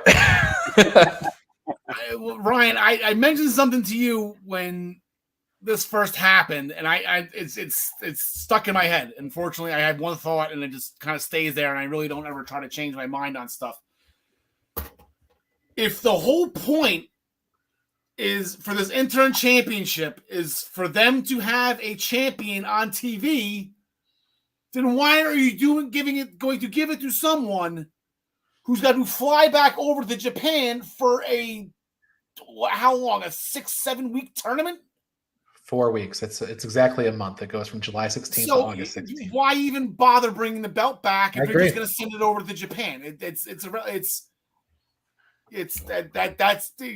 I don't want to say contradicting. I don't know, but it just does not make any sense to me. Like they could have just, unless it's that important for them to have the AEW championship in the G1 climax, which I really don't think it is. So I'm going to go Moxley. I'm not going to be shocked. Your points are valid. I'm not going to be shocked if Tanahashi wins, but I just think they just shot themselves in the foot if they didn't give. We need Brock Lesnar. We don't want a Brock Lesnar this thing. We need the TV, the belt on TV every week. I think there's an interesting world where the show goes off the air to Kenny Omega's music. Yeah, where's Kenny in this? Does Kenny come out? He's kind of heavy this. And here's a quick yes or no question because we got to go. We're hitting the 2-hour mark. We got to do my readings. We got to get out of here. Quick yes or no. Travis, originally scheduled, does CM Punk retain over Tanahashi? Yes. Ryan? Yes. Yeah, John kind of nodding his head yes. So now, okay, so we all would have had Punk retaining if this was originally scheduled. So, okay.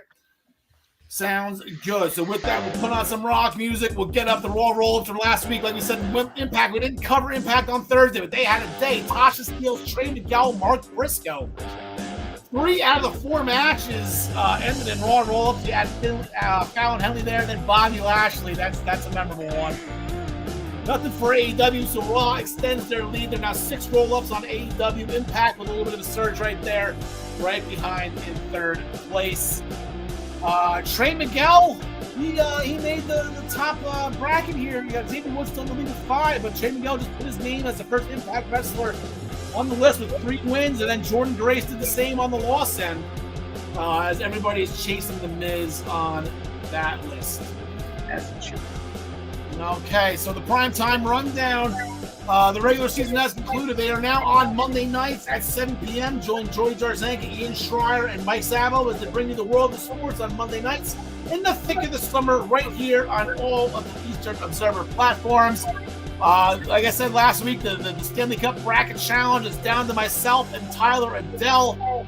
I had the Colorado Avalanche. He had them not making the final. So looking for the Avalanche. We have a 2-1 series lead, but a crazy series right now. Colorado threw up a touchdown in Game 2 on Tampa, and the Tampa almost returned the favor last night. So it's been a wild and wacky, crazy series. Game 4 is on Wednesday night. We have a new show, speaking of hockey, a new show on the Eastern Observer, one near and dear to my icy heart, the Sunday Sauce. It's every Sunday afternoon, hosted by our very own Sheriff Tyler Riddell, along with his partner Andrew Lucaria, a.k.a. Drewski Doodles, as they bring you everything NHL and all of the league's happenings. Get saucy this Sunday afternoon with the Sunday Sauce right here on all of these Observer platforms. You have the Black Cats NYC, their album Free Cake.